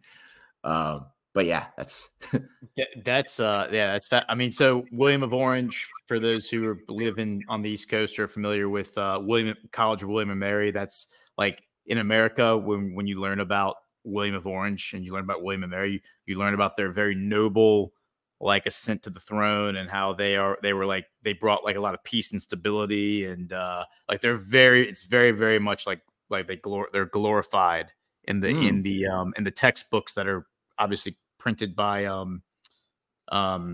Ghislaine Maxwell's father, his textbook company. But yeah, so they're absolutely glorified as these great rulers that have, which is why College of William and Mary is named after them. Yeah, and then what you mentioned earlier, just hitting a few factoids. After the Council of Trent, you have 50 million Protestants in Europe killed by the Vatican, through just a series of wars over that century. And that doesn't even count all the Catholics that were killed by the Protestants. So lots and lots and lots of Christians die, killing other Christians. And it's all because of politics. It really has nothing to do, at least I believe, I don't think it has anything to do really with religion or, what you believe. It's really just about power and secular power, and using religion as kind of a convenient window dressing to convince other people to go kill other people. Yeah. So absolutely. Well, and it's like this. They are Satanists, right? Like at the end of the day, the secular power thing, it actually is. That's what I think too. Yeah. One thing that was interesting that I was just poking around with, trying to piece this together, and I don't know the deeper picture on this, but one thing that I noticed is that John Dee was invited to go to Russia in God, what year must that have been? That must have been 1570 or 1580 something, maybe a little bit early, maybe 1590. And he set up, he and his son, who was another practicing occultist, right? This is the guy who was like managing the occult networks taking over British intelligence with Francis Bacon. they set up the Muscovy Company, modeled on the British East India Company, to try to do the same thing to infiltrate Russia as well. And there was a battle with, you know, Ivan the Terrible was in opposition to this thing. It's so interesting. There's this whole amazing picture of history that I'm trying to find somebody who's done some good work on that, but I'm not getting any luck yet. It's just like anomalies that are cropping up. But it's like, why is this British occultist all of a sudden in Russia setting up the Muscovy Company? And well, and also the Virginia Company. So like a lot of the guys who were involved, like the people who were involved in setting up the East India Company also set up the Virginia Company. They come and settle Jamestown. A lot of the same players who are like high-ranking members in the Virginia Company are involved in the India Company. And it just makes me think that you have the whole English Civil War, which is all tied to what you were just saying, 1688, where it's Charles I is deposed, and then you have the revolution, like Oliver Cromwell and the revolution. The guys in Virginia who were like loyal to Charles apparently send his son Charles II like a scarf or something. I forget the exact story, but they basically give him a sign that like, hey, we're still with you. And so that's why, like, when Charles II comes back into power after the Civil War, he refers to Virginia as the Old Dominion, and Virginia is considered like the sixth Dominion, because there's five kingdoms that make up like Great Britain, like in the logic of Great Britain, and the sixth kingdom is considered Virginia, which is why we are known to this day as the Old Dominion. And like Old Dominion University is a newer university down in Norfolk, but that's why we're called the Old Dominion, is because we remained loyal to the British Crown during the English Civil War. And I can't help but wonder if it's all connected to the fact that Virginia Company, East India Company, Muscovy Company, they were all like the same thing, and you know, these powerful players working together. Yeah, no, that's a very good observation, because I mean, Canada is officially it was a dominion, right? It still, I believe, has legal claim as dominion, not as a real nation at all, because again, we're a British asset. It's interesting. There's this book that if people want, well, I found this to be of such high value. If anybody really wants a good read, high value read, is How the Nation Was Won: America's Untold Story from 1630 to 1754 by Graham Lowry. Whatever you got to pay online, pay it. This is gold, and it really goes into this dynamic of the various Republicans in England that were achieving positions of power, especially during the period of Queen Anne's reign. So when William of Orange dies, because he's super gay, he's not producing any babies, right? So the next in line is Stuart Queen Anne. She gets the throne, and with her, there's like one last sort of gasp for fight against this parasite that's taking over, and you got figures like Jonathan Swift, who's an advisor to Robert Harley, her prime minister, really good guy. Jonathan Swift, the writer, again, like what Burning Bright was saying, it's true. Jonathan Swift's fiction writings of Gulliver's Travels, his Tales from a Tub, his Battle of the Books, even his poetry is all covered. If you know what he was a part of and what he was doing and who he was communicating with, it's covered everywhere with solid messages pertaining to the fight. It's powerful stuff. So anyway, you have Daniel Defoe, the guy who writes Robinson Crusoe, is working with Jonathan Swift and Robert Harley, the prime minister in England. They're working with forgetting his, anyway, there's a whole network, and they're actually drafting a national land bank in 1696, 2 years after the Bank of England is created. You got Jonathan Swift and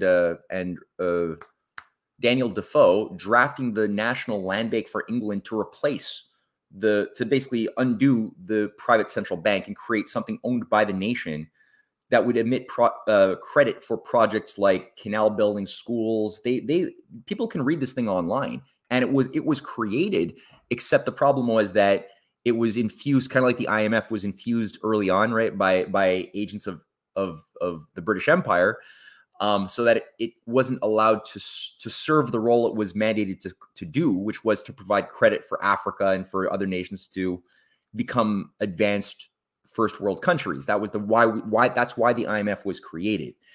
And then it was turned into its opposite thing. It became an instrument for speculation and for destruction of nations. Now that's with the National Land Bank in 1696. It was turned into the South Sea Company. So just like what happened with the tulip bubble in the Netherlands, right? Where tulips were trading for the price of houses. There were just tulips. And then it wasn't even tulips. It was just papers saying that this paper represents this rare tulip from like Istanbul or something, but it didn't even exist. And people were like putting their whole family fortunes into tulip paper. Same thing happened with the South Sea bubble that was created through the South Sea Company, and which totally destroyed the English economy by 1719 when it burst. And everybody who was stupid enough to invest in it, they lost everything. Those in the know, huge wealth transfer, right, as always happens. And the whole like Robert Harley crowd completely lost. But during that time, there was a lot of effort to provide support to Cotton Mather, to John Winthrop Jr., to the Young Benjamin Franklin network that was growing a base that would later on go to drive the American Revolution.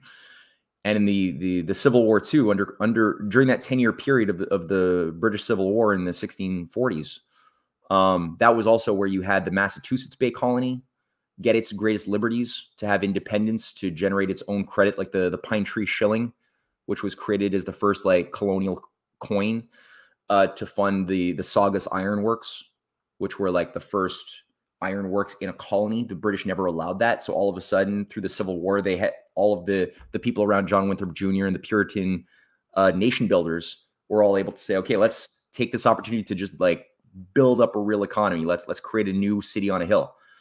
And that was like the whole idea of what the city on a hill was supposed to be was, you know, and it set the stage for, again, the next generation of Cotton Mather, the generation of that after that of Benjamin Franklin, who then was always able to work sometimes with allies in England, but those allies in England were always, you know, working in the background. You know, very, very rarely were they not assassinated.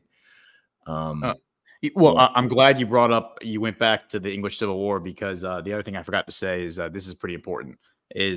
So you had this guy, William Berkeley, who basically was the governor of Virginia for like 35 years, although not continuously. He was first appointed by Charles I in 1642. He then leaves Virginia when the English Civil War begins later in the 1640s to go fight for Charles I. Charles I is executed in 1649, and basically the Virginia colonists are like, all right, well, you're no longer governor, like F the crown. Charles II, you know, the English Civil War ends, Charles II comes back, and this all ties into like what I was saying about the loyalty. He then reinstalls Berkeley as governor in 1660, and he serves as governor from 1660 to 1677. Now, he implements some really, really, really like unpopular draconian policies in Virginia that lead to this this rebellion of like all the different classes, indentured servants, blacks, whites, everything. It's called Bacon's Rebellion, where like 1,000 guys, basically, which is a very large force for colonial Virginia in the 1600s, for a year, like take to the woods and are engaged in like guerrilla warfare against Governor Berkeley. That is credited. Thomas Jefferson says that Bacon's Rebellion is the preamble to and the inspiration for the American Revolution. It's exactly 100 years before 1776. It's 1676, 1677, and basically leads to Berkeley no longer being governor. But very, very important event, and it ties right into what we're saying about you know, the loyalty of Berkeley to the crown, and then that loyalty being awarded or rewarded, and then the colonists revolting against him, throwing him out, and then 100 years later, American Revolution. Wow. Is that where you have the colony saying basically threatened to cast off the British Empire or something? Like there's like some really strong statement saying, yeah, basically it's like the colonists have been trading with the Indians and the natives and cultivating relationships. And Berkeley was like, you can no longer trade with the Indians. We're not doing this anymore. But that was like their livelihood. And at the same time, Berkeley refused, the crown refused to bring in any British troops. So once the trade and the dialogue with the natives stopped, the natives started attacking them because they no longer viewed him as friends. And so there was no army there to protect the people from the natives. And so then naturally the colonists all turn on the British who are foisting these conditions. There are a lot of other things they did as well. Indentured servitude. Your first court case in Virginia, I think it was in the 1640s or 1650s, is in Northampton County, which is on the Eastern Shore. It's 3 white slaves petition the court to say, hey, we don't want to be slaves. Like, we think this is illegal to be property. The owner of them is a black man from Angola who himself was a former slave, had earned his freedom through work, bought his freedom, become a huge landowner in Northampton County, and owned white slaves because, of course, you had black people owning white people, you had white people owning black people, you had white people owning white people. There are way more white slaves in the 1600s in America than there were black slaves. The slave trade hadn't really picked up from Africa yet. That was like East India Company, Portuguese India Company kind of stuff, Dutch India Company, and then once Bacon's Rebellion happened, that really instilled in the minds of the British, this is a real problem. This is a real problem. So they started passing what was called the slave codes in Virginia, which incrementally over the course of decades, they kept passing more and more. And that's really what you get as the institution of slavery with black and white, like the race-based slavery system that we all now understand was prevalent in like the 1800s and the 17 and 1800s. That was known, that started as the slave codes in Virginia. And it was all about preventing the races and the classes as well from uniting with one another and rebelling against the crown, because that's exactly what happened in Bacon's Rebellion. And they said, this is a problem. We need to basically make sure that these different groups can't find common ground and revolt against us. So, and that's why incrementally it was like, all right, black people can't own white people anymore. White people can't be slaves anymore. It didn't happen overnight. It happened over the course of many years. But the very, very first time, because the court denied the petition, the court said, nope, based on the contract that you signed, which was indentured servitude, which would turn in basically to slavery, because you would rack up more and more debt and you couldn't buy your way out of your indentured servitude contract. They said, nope, based on the language of this contract, you white people are the property of this black person, this guy from Angola.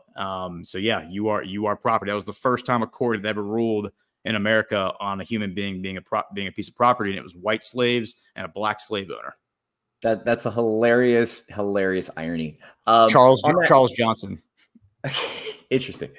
That I'm going to use that. That's an important. That's a fun irony. But another on the issue also of this question of like slavery in America. There's things like the New York Times 1618 or 1619 project, garbage. Trying to make it seem as though America is entirely an illegitimate country because it was just built on slavery and nothing but, right. And I already made a point that we've been lied to about the Magna Carta being the precedent, the British Norman feudal Magna Carta that enshrined the city of London as like a god unto itself. That is, we were lied to. That is no connection to the American Revolution. In fact, the American Revolution was done to break away from that type of structure of control of Hobbesianism. Another one that we were lied about a big time, and you pointed out as well, there's mythology around William also that's romanticized, but another one is John Locke. John Locke himself was a British, like this guy was a key director of the British Royal Africa Company.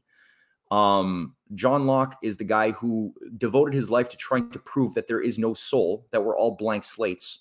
And because we have no soul, we are just blank slates to be written on by those who have power, that there's no difference in owning a chair or a human. And thus you can extend the laws of property to humans as well, because we don't have souls. And so that was part of the conditions around which he drafted the Charlottetown? No, I forget. Oh, the Carolina Charter.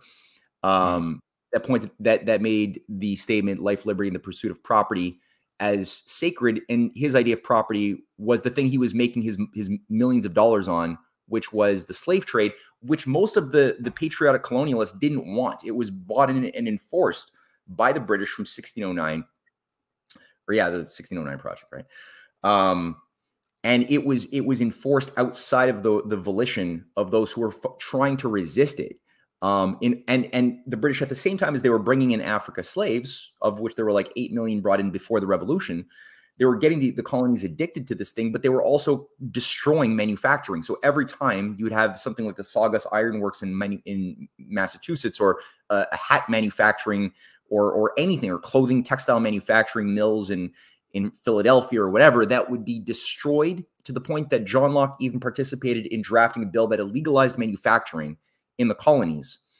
So the idea was to keep everybody dependent upon human slave labor that was tied to this global cybernetics network of command, control, motion of goods and people around the world by the British, Empire, and to encrust like a local slave class that would be, the landed gentry of America, that would then be kind of like the Norman feudalists of England. They just wanted to have every like local warlord class of feudalists that would then be loyal to the higher British Empire, because that's where their riches came from. They tried to do the same thing in Hong Kong, with the Green Gang and the warlords there. They tried to do it, and they did it in India with the Brahmins. That's why they even called the Boston Brahmins, right? Because it's like that was the higher caste of India that the British groomed and cultivated to be the local controllers over the rest of India. And they would stay loyal to the British controllers, and they would get money, but they would have to do a lot of the dirty work to keep the lower castes under control.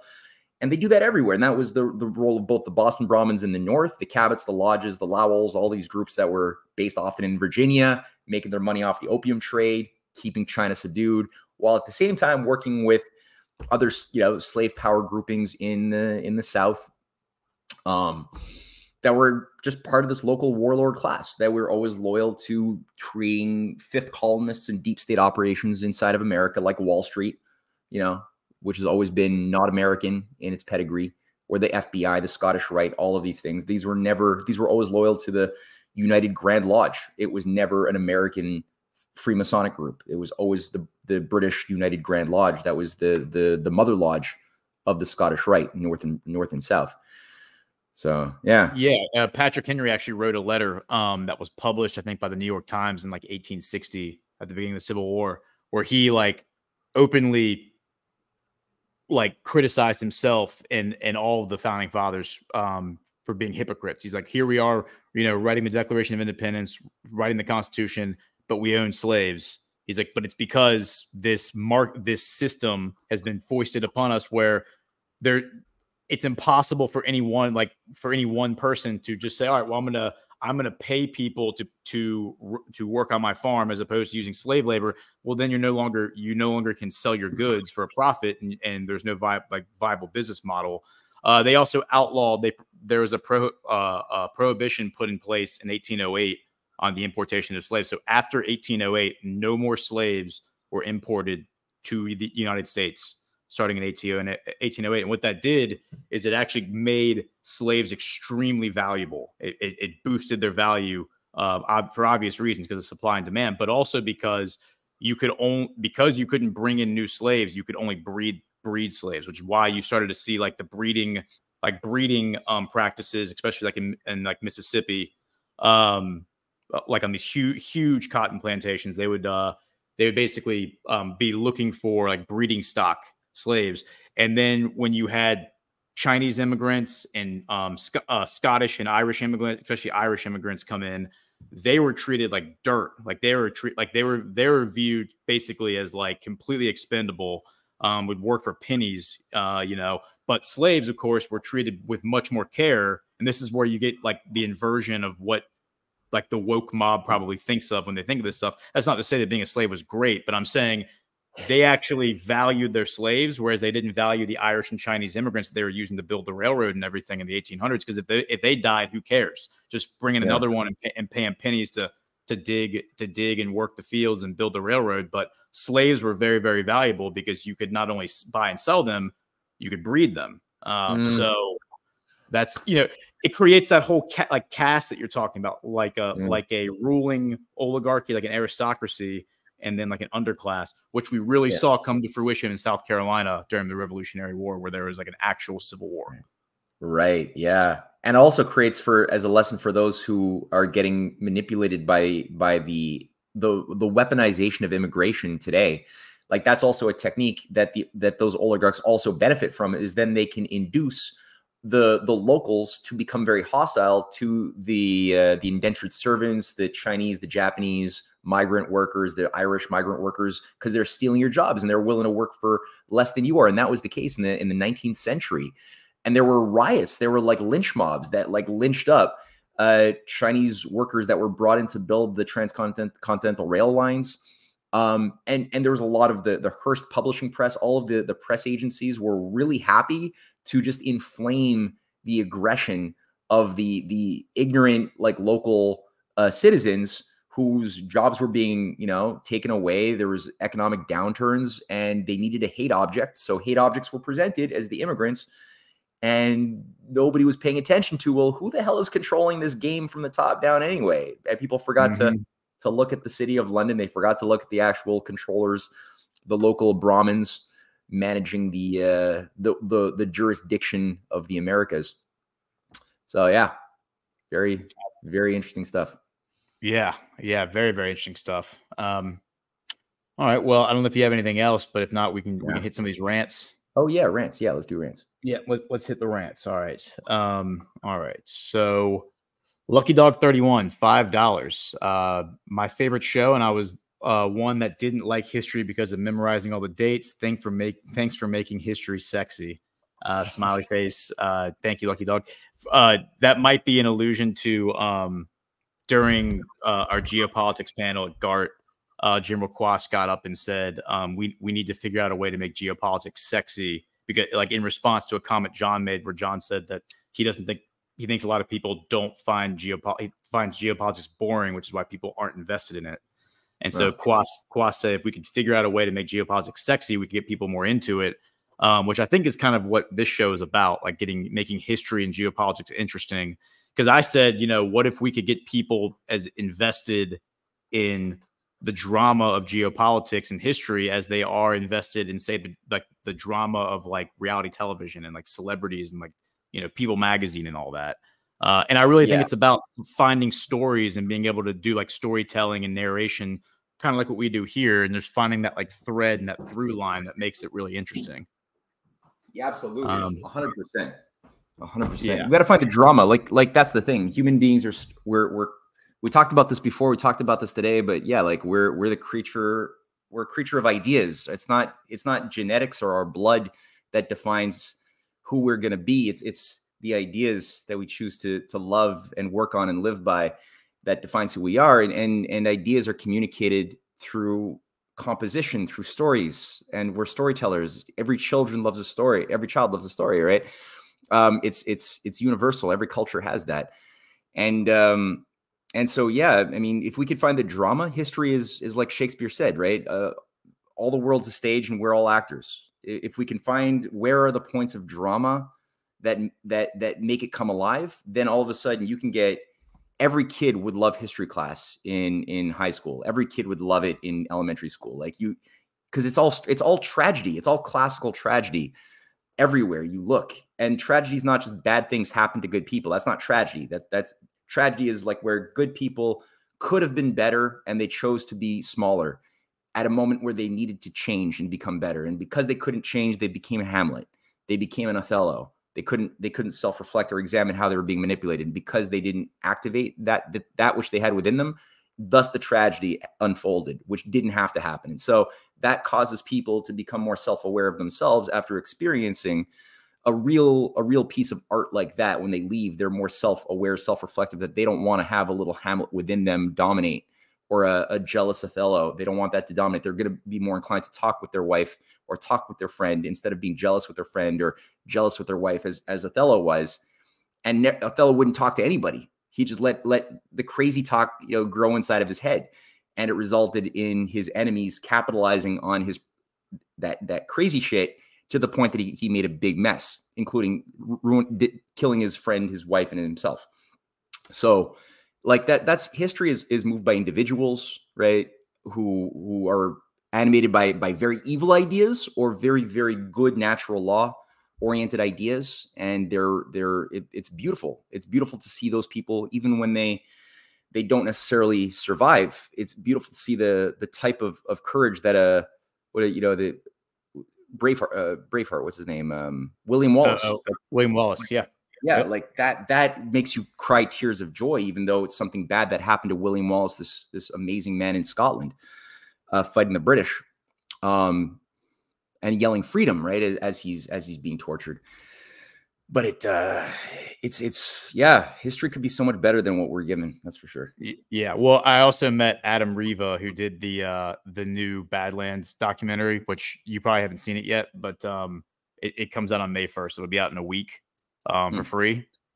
Dude, it's awesome. I mean, it's for like the normie audience. It's not really for people like you might already be aware of a lot of the stuff that happened in it. But man, it is a great like red pill thing to send to people. And Adam's a great storyteller. And I was kind of talking to him a little bit about potentially maybe doing some stuff where I know he has other ideas he's working on with John, but it'd be cool to get together with him and work on some history stuff. Because he was talking to me at dinner about how he's been doing these little like character pieces on individual characters. Like he did one on Joseph McCarthy. He did one on he's doing one on Andrew Breitbart right now. I forget who the other two were that he mentioned, but he described it. He's like, it's like a statue, but a documentary. Instead of building up a statue, it's like you do a documentary, something that people can circulate and appreciate. And it'd be cool to do that for like episodes of history or specific people who haven't really gotten a fair shake or people just don't really know about them, and just tell it in a really compelling manner. So, yeah. So Roger 5x5, $5. Ghosts, Huns settled in Hungary like Turks settled in Turkey. Both groups were originally from further east. Hungarians have 2 chronicles saying they invaded Roman Empire twice, once under Attila. And then he has a $5 rant, once under his descendant 5 generations later in conjunction with Persian fleet besieging Constantinople. Our histories say Huns invaded 450 years after Attila, and Khazars were in between with the Persian fleet. And yeah, you're right. Like I showed you the map of the steppe, and like the steppe are kind of carved up into these little sections. So the Huns were actually from that Pannonic steppe, which is like the Ukrainian Russian steppe. So they weren't quite as like the Mongols were from like East Asia, whereas the Huns weren't quite from East Asia. They were more like they were still Turkic. They're still considered Turkic, but it's not quite as far east as the Mongols are. The Mongols came later, like 500, 600 years later after the Huns. So, and by that, I mean, that's when they come into Eastern Europe. So then the next rant for Roger 5x5, I think he's continuing, $5. Hungarian chronicles make more sense. Circa 1000 AD, emperor, pope, and Saxon king, then crowned Holy Roman Emperor, needed Hungary to convert to Christianity, not Islam, to defend East against Muslims. I don't know if you have a take on that, but that's interesting. There are like the origins of Russia and the Rus people are rooted in the Mongol invasion around that time, around 1000 AD. That was just after the Rus had converted to Christianity in 988. So it's not quite what you say, because the Russian people were already Christian in 1000 AD. So the Hungarians were already surrounded by Christians. But you're right. The Hungarians didn't convert until later. It was the Russians who converted, and the Rus converted because the Greeks came up through Constantinople into Crimea, set up colonies in Crimea, and that's where Vladimir the Great was converted in 988, and Putin talked about that. He kind of glossed over it. He should have been more.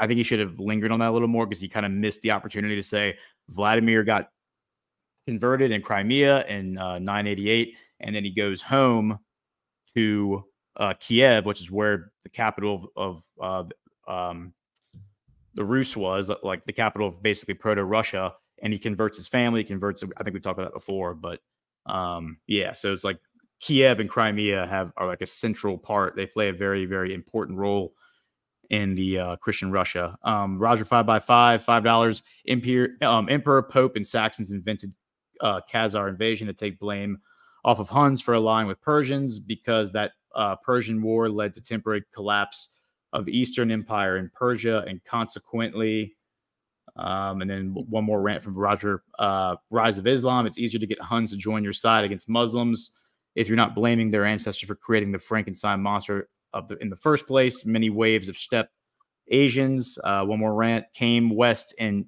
east starting around beginning of Iron Age, when Persians first bred horses large enough to carry a man, and especially after 1st century AD. All very interesting history, very interesting history, and there could be truth to that.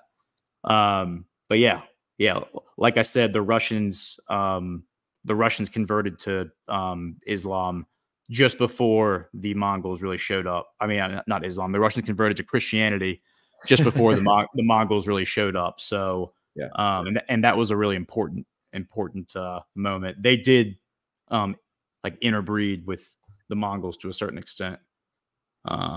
Let's see. Trumpet, $20. This show is a delicious treat. Thanks again. Well, thank you, Trumpet. Roger 5x5, $2. Swift's a modest proposal. Concealed red pill on child sacrifice. A modest proposal. I'm not as familiar with that. Oh, that's golden. Yeah, it's short. You'll enjoy it if you're looking for something to read before bed. It's like 3 or 4 pages, short, tiny pamphlet on suggestions on how to eat babies. Really hilarious, biting satire. Very good stuff. Yeah, and like what else to do? What else to do with the baby after, because we're overpopulated, so we have to deal with overpopulation. Why not, deal also with food crisis at the same time? And that's what he goes through. He's like, let's just take this to its logical conclusion and see where this goes. And he comes up with recipes. When was that written? Must have been like 1713 or so, or 1714-ish. Interesting. Yeah. There's a lot of Renaissance paintings that talk about like child sacrifice and child like children being eaten by Satan and by by other people. Expose it or glorify it? No, I think they're presenting the people eating the babies as like demons.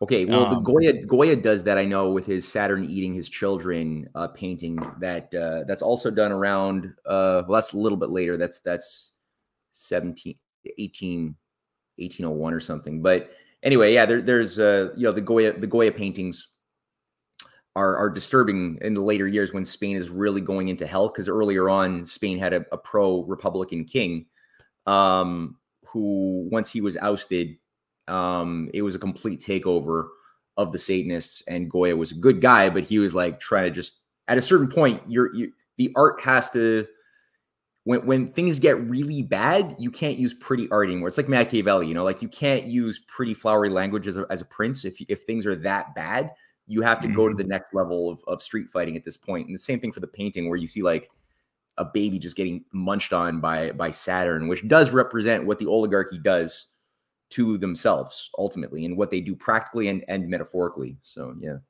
yeah, absolutely. I definitely agree with that. All right, Astro Emmy, $17. Slavery is a sad reality of human history based on human insecurity, where certain classes and ethnicities had to feel superior to others. Yes, that's true, and it's something it's been a part of human history since the very beginning.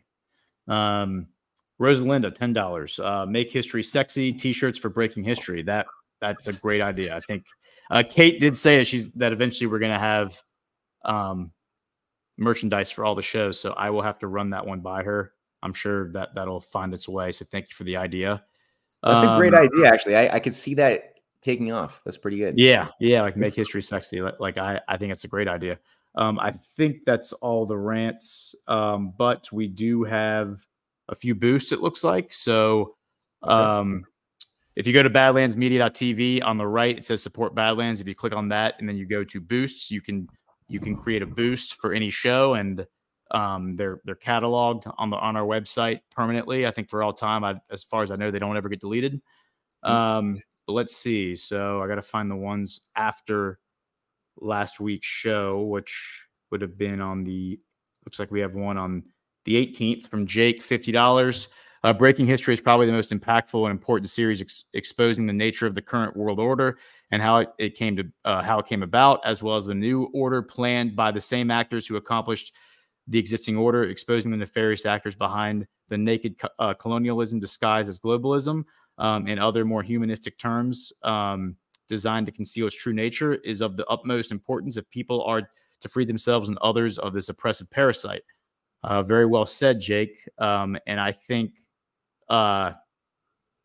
it's important to like cultivate a curiosity in history, like Roger 5x5 coming at us with all that great knowledge. I think it's awesome when we can have these dialogues and these exchanges and bring facts and present ideas to one another that we haven't considered before. That's really how we sharpen, like iron sharpening iron, and creating our best understanding of history. It doesn't mean we're going to be perfect. Doesn't mean we're going to know everything, but we can try our best.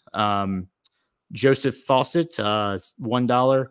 Sorry guys, I would have loved to have given $100, but I'm broke at the moment. Guys, please do dig deeper into your research, because you are getting things wrong. Gordon, you are missing so much info about Israel and their spiritual relationship with those that are around them. Plus, you lack understanding of what Yahweh is doing in this day between them. You seem to get your info about what is going on from what Hamas is putting out. Matt, I'm starting to doubt your knowledge. I know you have facts about St. Francis totally wrong. He had his calling in a church, not a cave. Please do more research. Well, Joseph, we certainly appreciate your support, and please, any support you can give us is fantastic. But yeah, if you're broke, please don't. He did have his calling in a church advised by Franciscan friars, and it was a Benedictine church. But then he spent a lot of time in his sacred prayers in his cave, having his sacred experiences and what have you, in a very similar fashion as Saint Benedict had also experienced in these sacred caves. And no, I think that thank you for your honest criticism, but appreciate that. Yeah. And as far as the comment about Hamas, I mean, you should go read the brief of what I've been putting in the brief the past couple of days, because I was actually laughing at Hamas because they basically have been the bag holder now. They're the only ones who basically are calling for war, except for a few warmongers in Israel. But you have people in Israel and Iran who are, it seems to me, working together to try to thwart these psychopaths everywhere who are trying to create a nuclear war or a World War III. Hamas is, I think, a creation of some really bad people in Israel who want to see Israel destroyed in order to foment World War III. So I understand what you're saying about the biblical relationship of Israel to God. I personally wonder whether we should call the modern nation of Israel canon until this is all over, because I think people get the name Israel. They hear the name Israel and they're like, oh, well, this must be the Israel from the Bible. No, it's a colony that was created by the Rothschilds in 1947, 1948. And they were astutely called it Israel because then they could convince lots and lots of Christians throughout the West to support it blindly.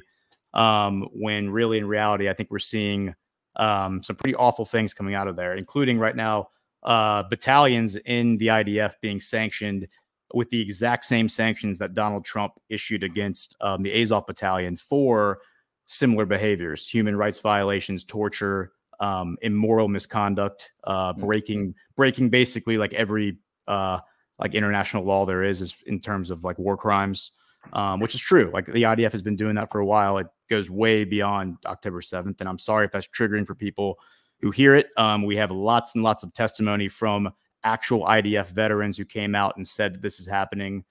We have former heads of the Shin Bet, former heads of IDF leaders who have come out and said this stuff. So this isn't like, my own conspiracy theory. This is actual testimony coming out of people who served in the IDF who are saying this stuff was going on, and they basically are struggling to live with themselves because of what they feel like they were a part of. And there's some real scumbags in the IDF, and that's a consequence of forcing every single person. I mean, imagine if we forced every single 18-year-old in America to serve in the armed forces for 2 years. Imagine how many scumbags there would be in the military. So, I mean, that's a product of forced conscription of every 18-year-old is you're going to get some scumbags in there, and it is what it is. So, but yeah, thank you for the rant. And yeah, we will try to do better, I guess. But that's it. So that is the show. I think next week we're going to do the Jesuits. Cynthia will be joining us for that. Yep. We're going to pick up on the what came before, during, after the Jesuits. What are they? We alluded to the Council of Trent, and specifically Venice, and co-creating the Anglican and Jesuit synthetic, groupings at the same year, by similar agents, as well as this is the same time that Malta is being set up, right? The Knights of St. John of Jerusalem is being set up in Malta. It's set 1530, same time, reconfiguring that whole weird architecture. So we're gonna, Cynthia's gonna join us. We'll have a good chat. And I would just add one thing for those who want to dig on Rumble, in the comments section. I put a couple of links to some resources people can pick up. One of them is to the Anglo-Venetian Roots of the Deep State. It's my volume 4 of the Clash of the Two Americas. Goes into elements of what was touched on today. In some cases, that goes further. And the other one is How the Nation Was Won, Graham Lowry. People are listening and they want to if you're only going to buy one book this week, make it How the Nation Was Won by Graham Lowry. Whatever you got to pay it. It's worth it. It's, I think, available free on archive.org too, if you need to get a PDF. So that's it. Gordon, it was great as always. Thank you everybody for listening, and see y'all next week. See y'all.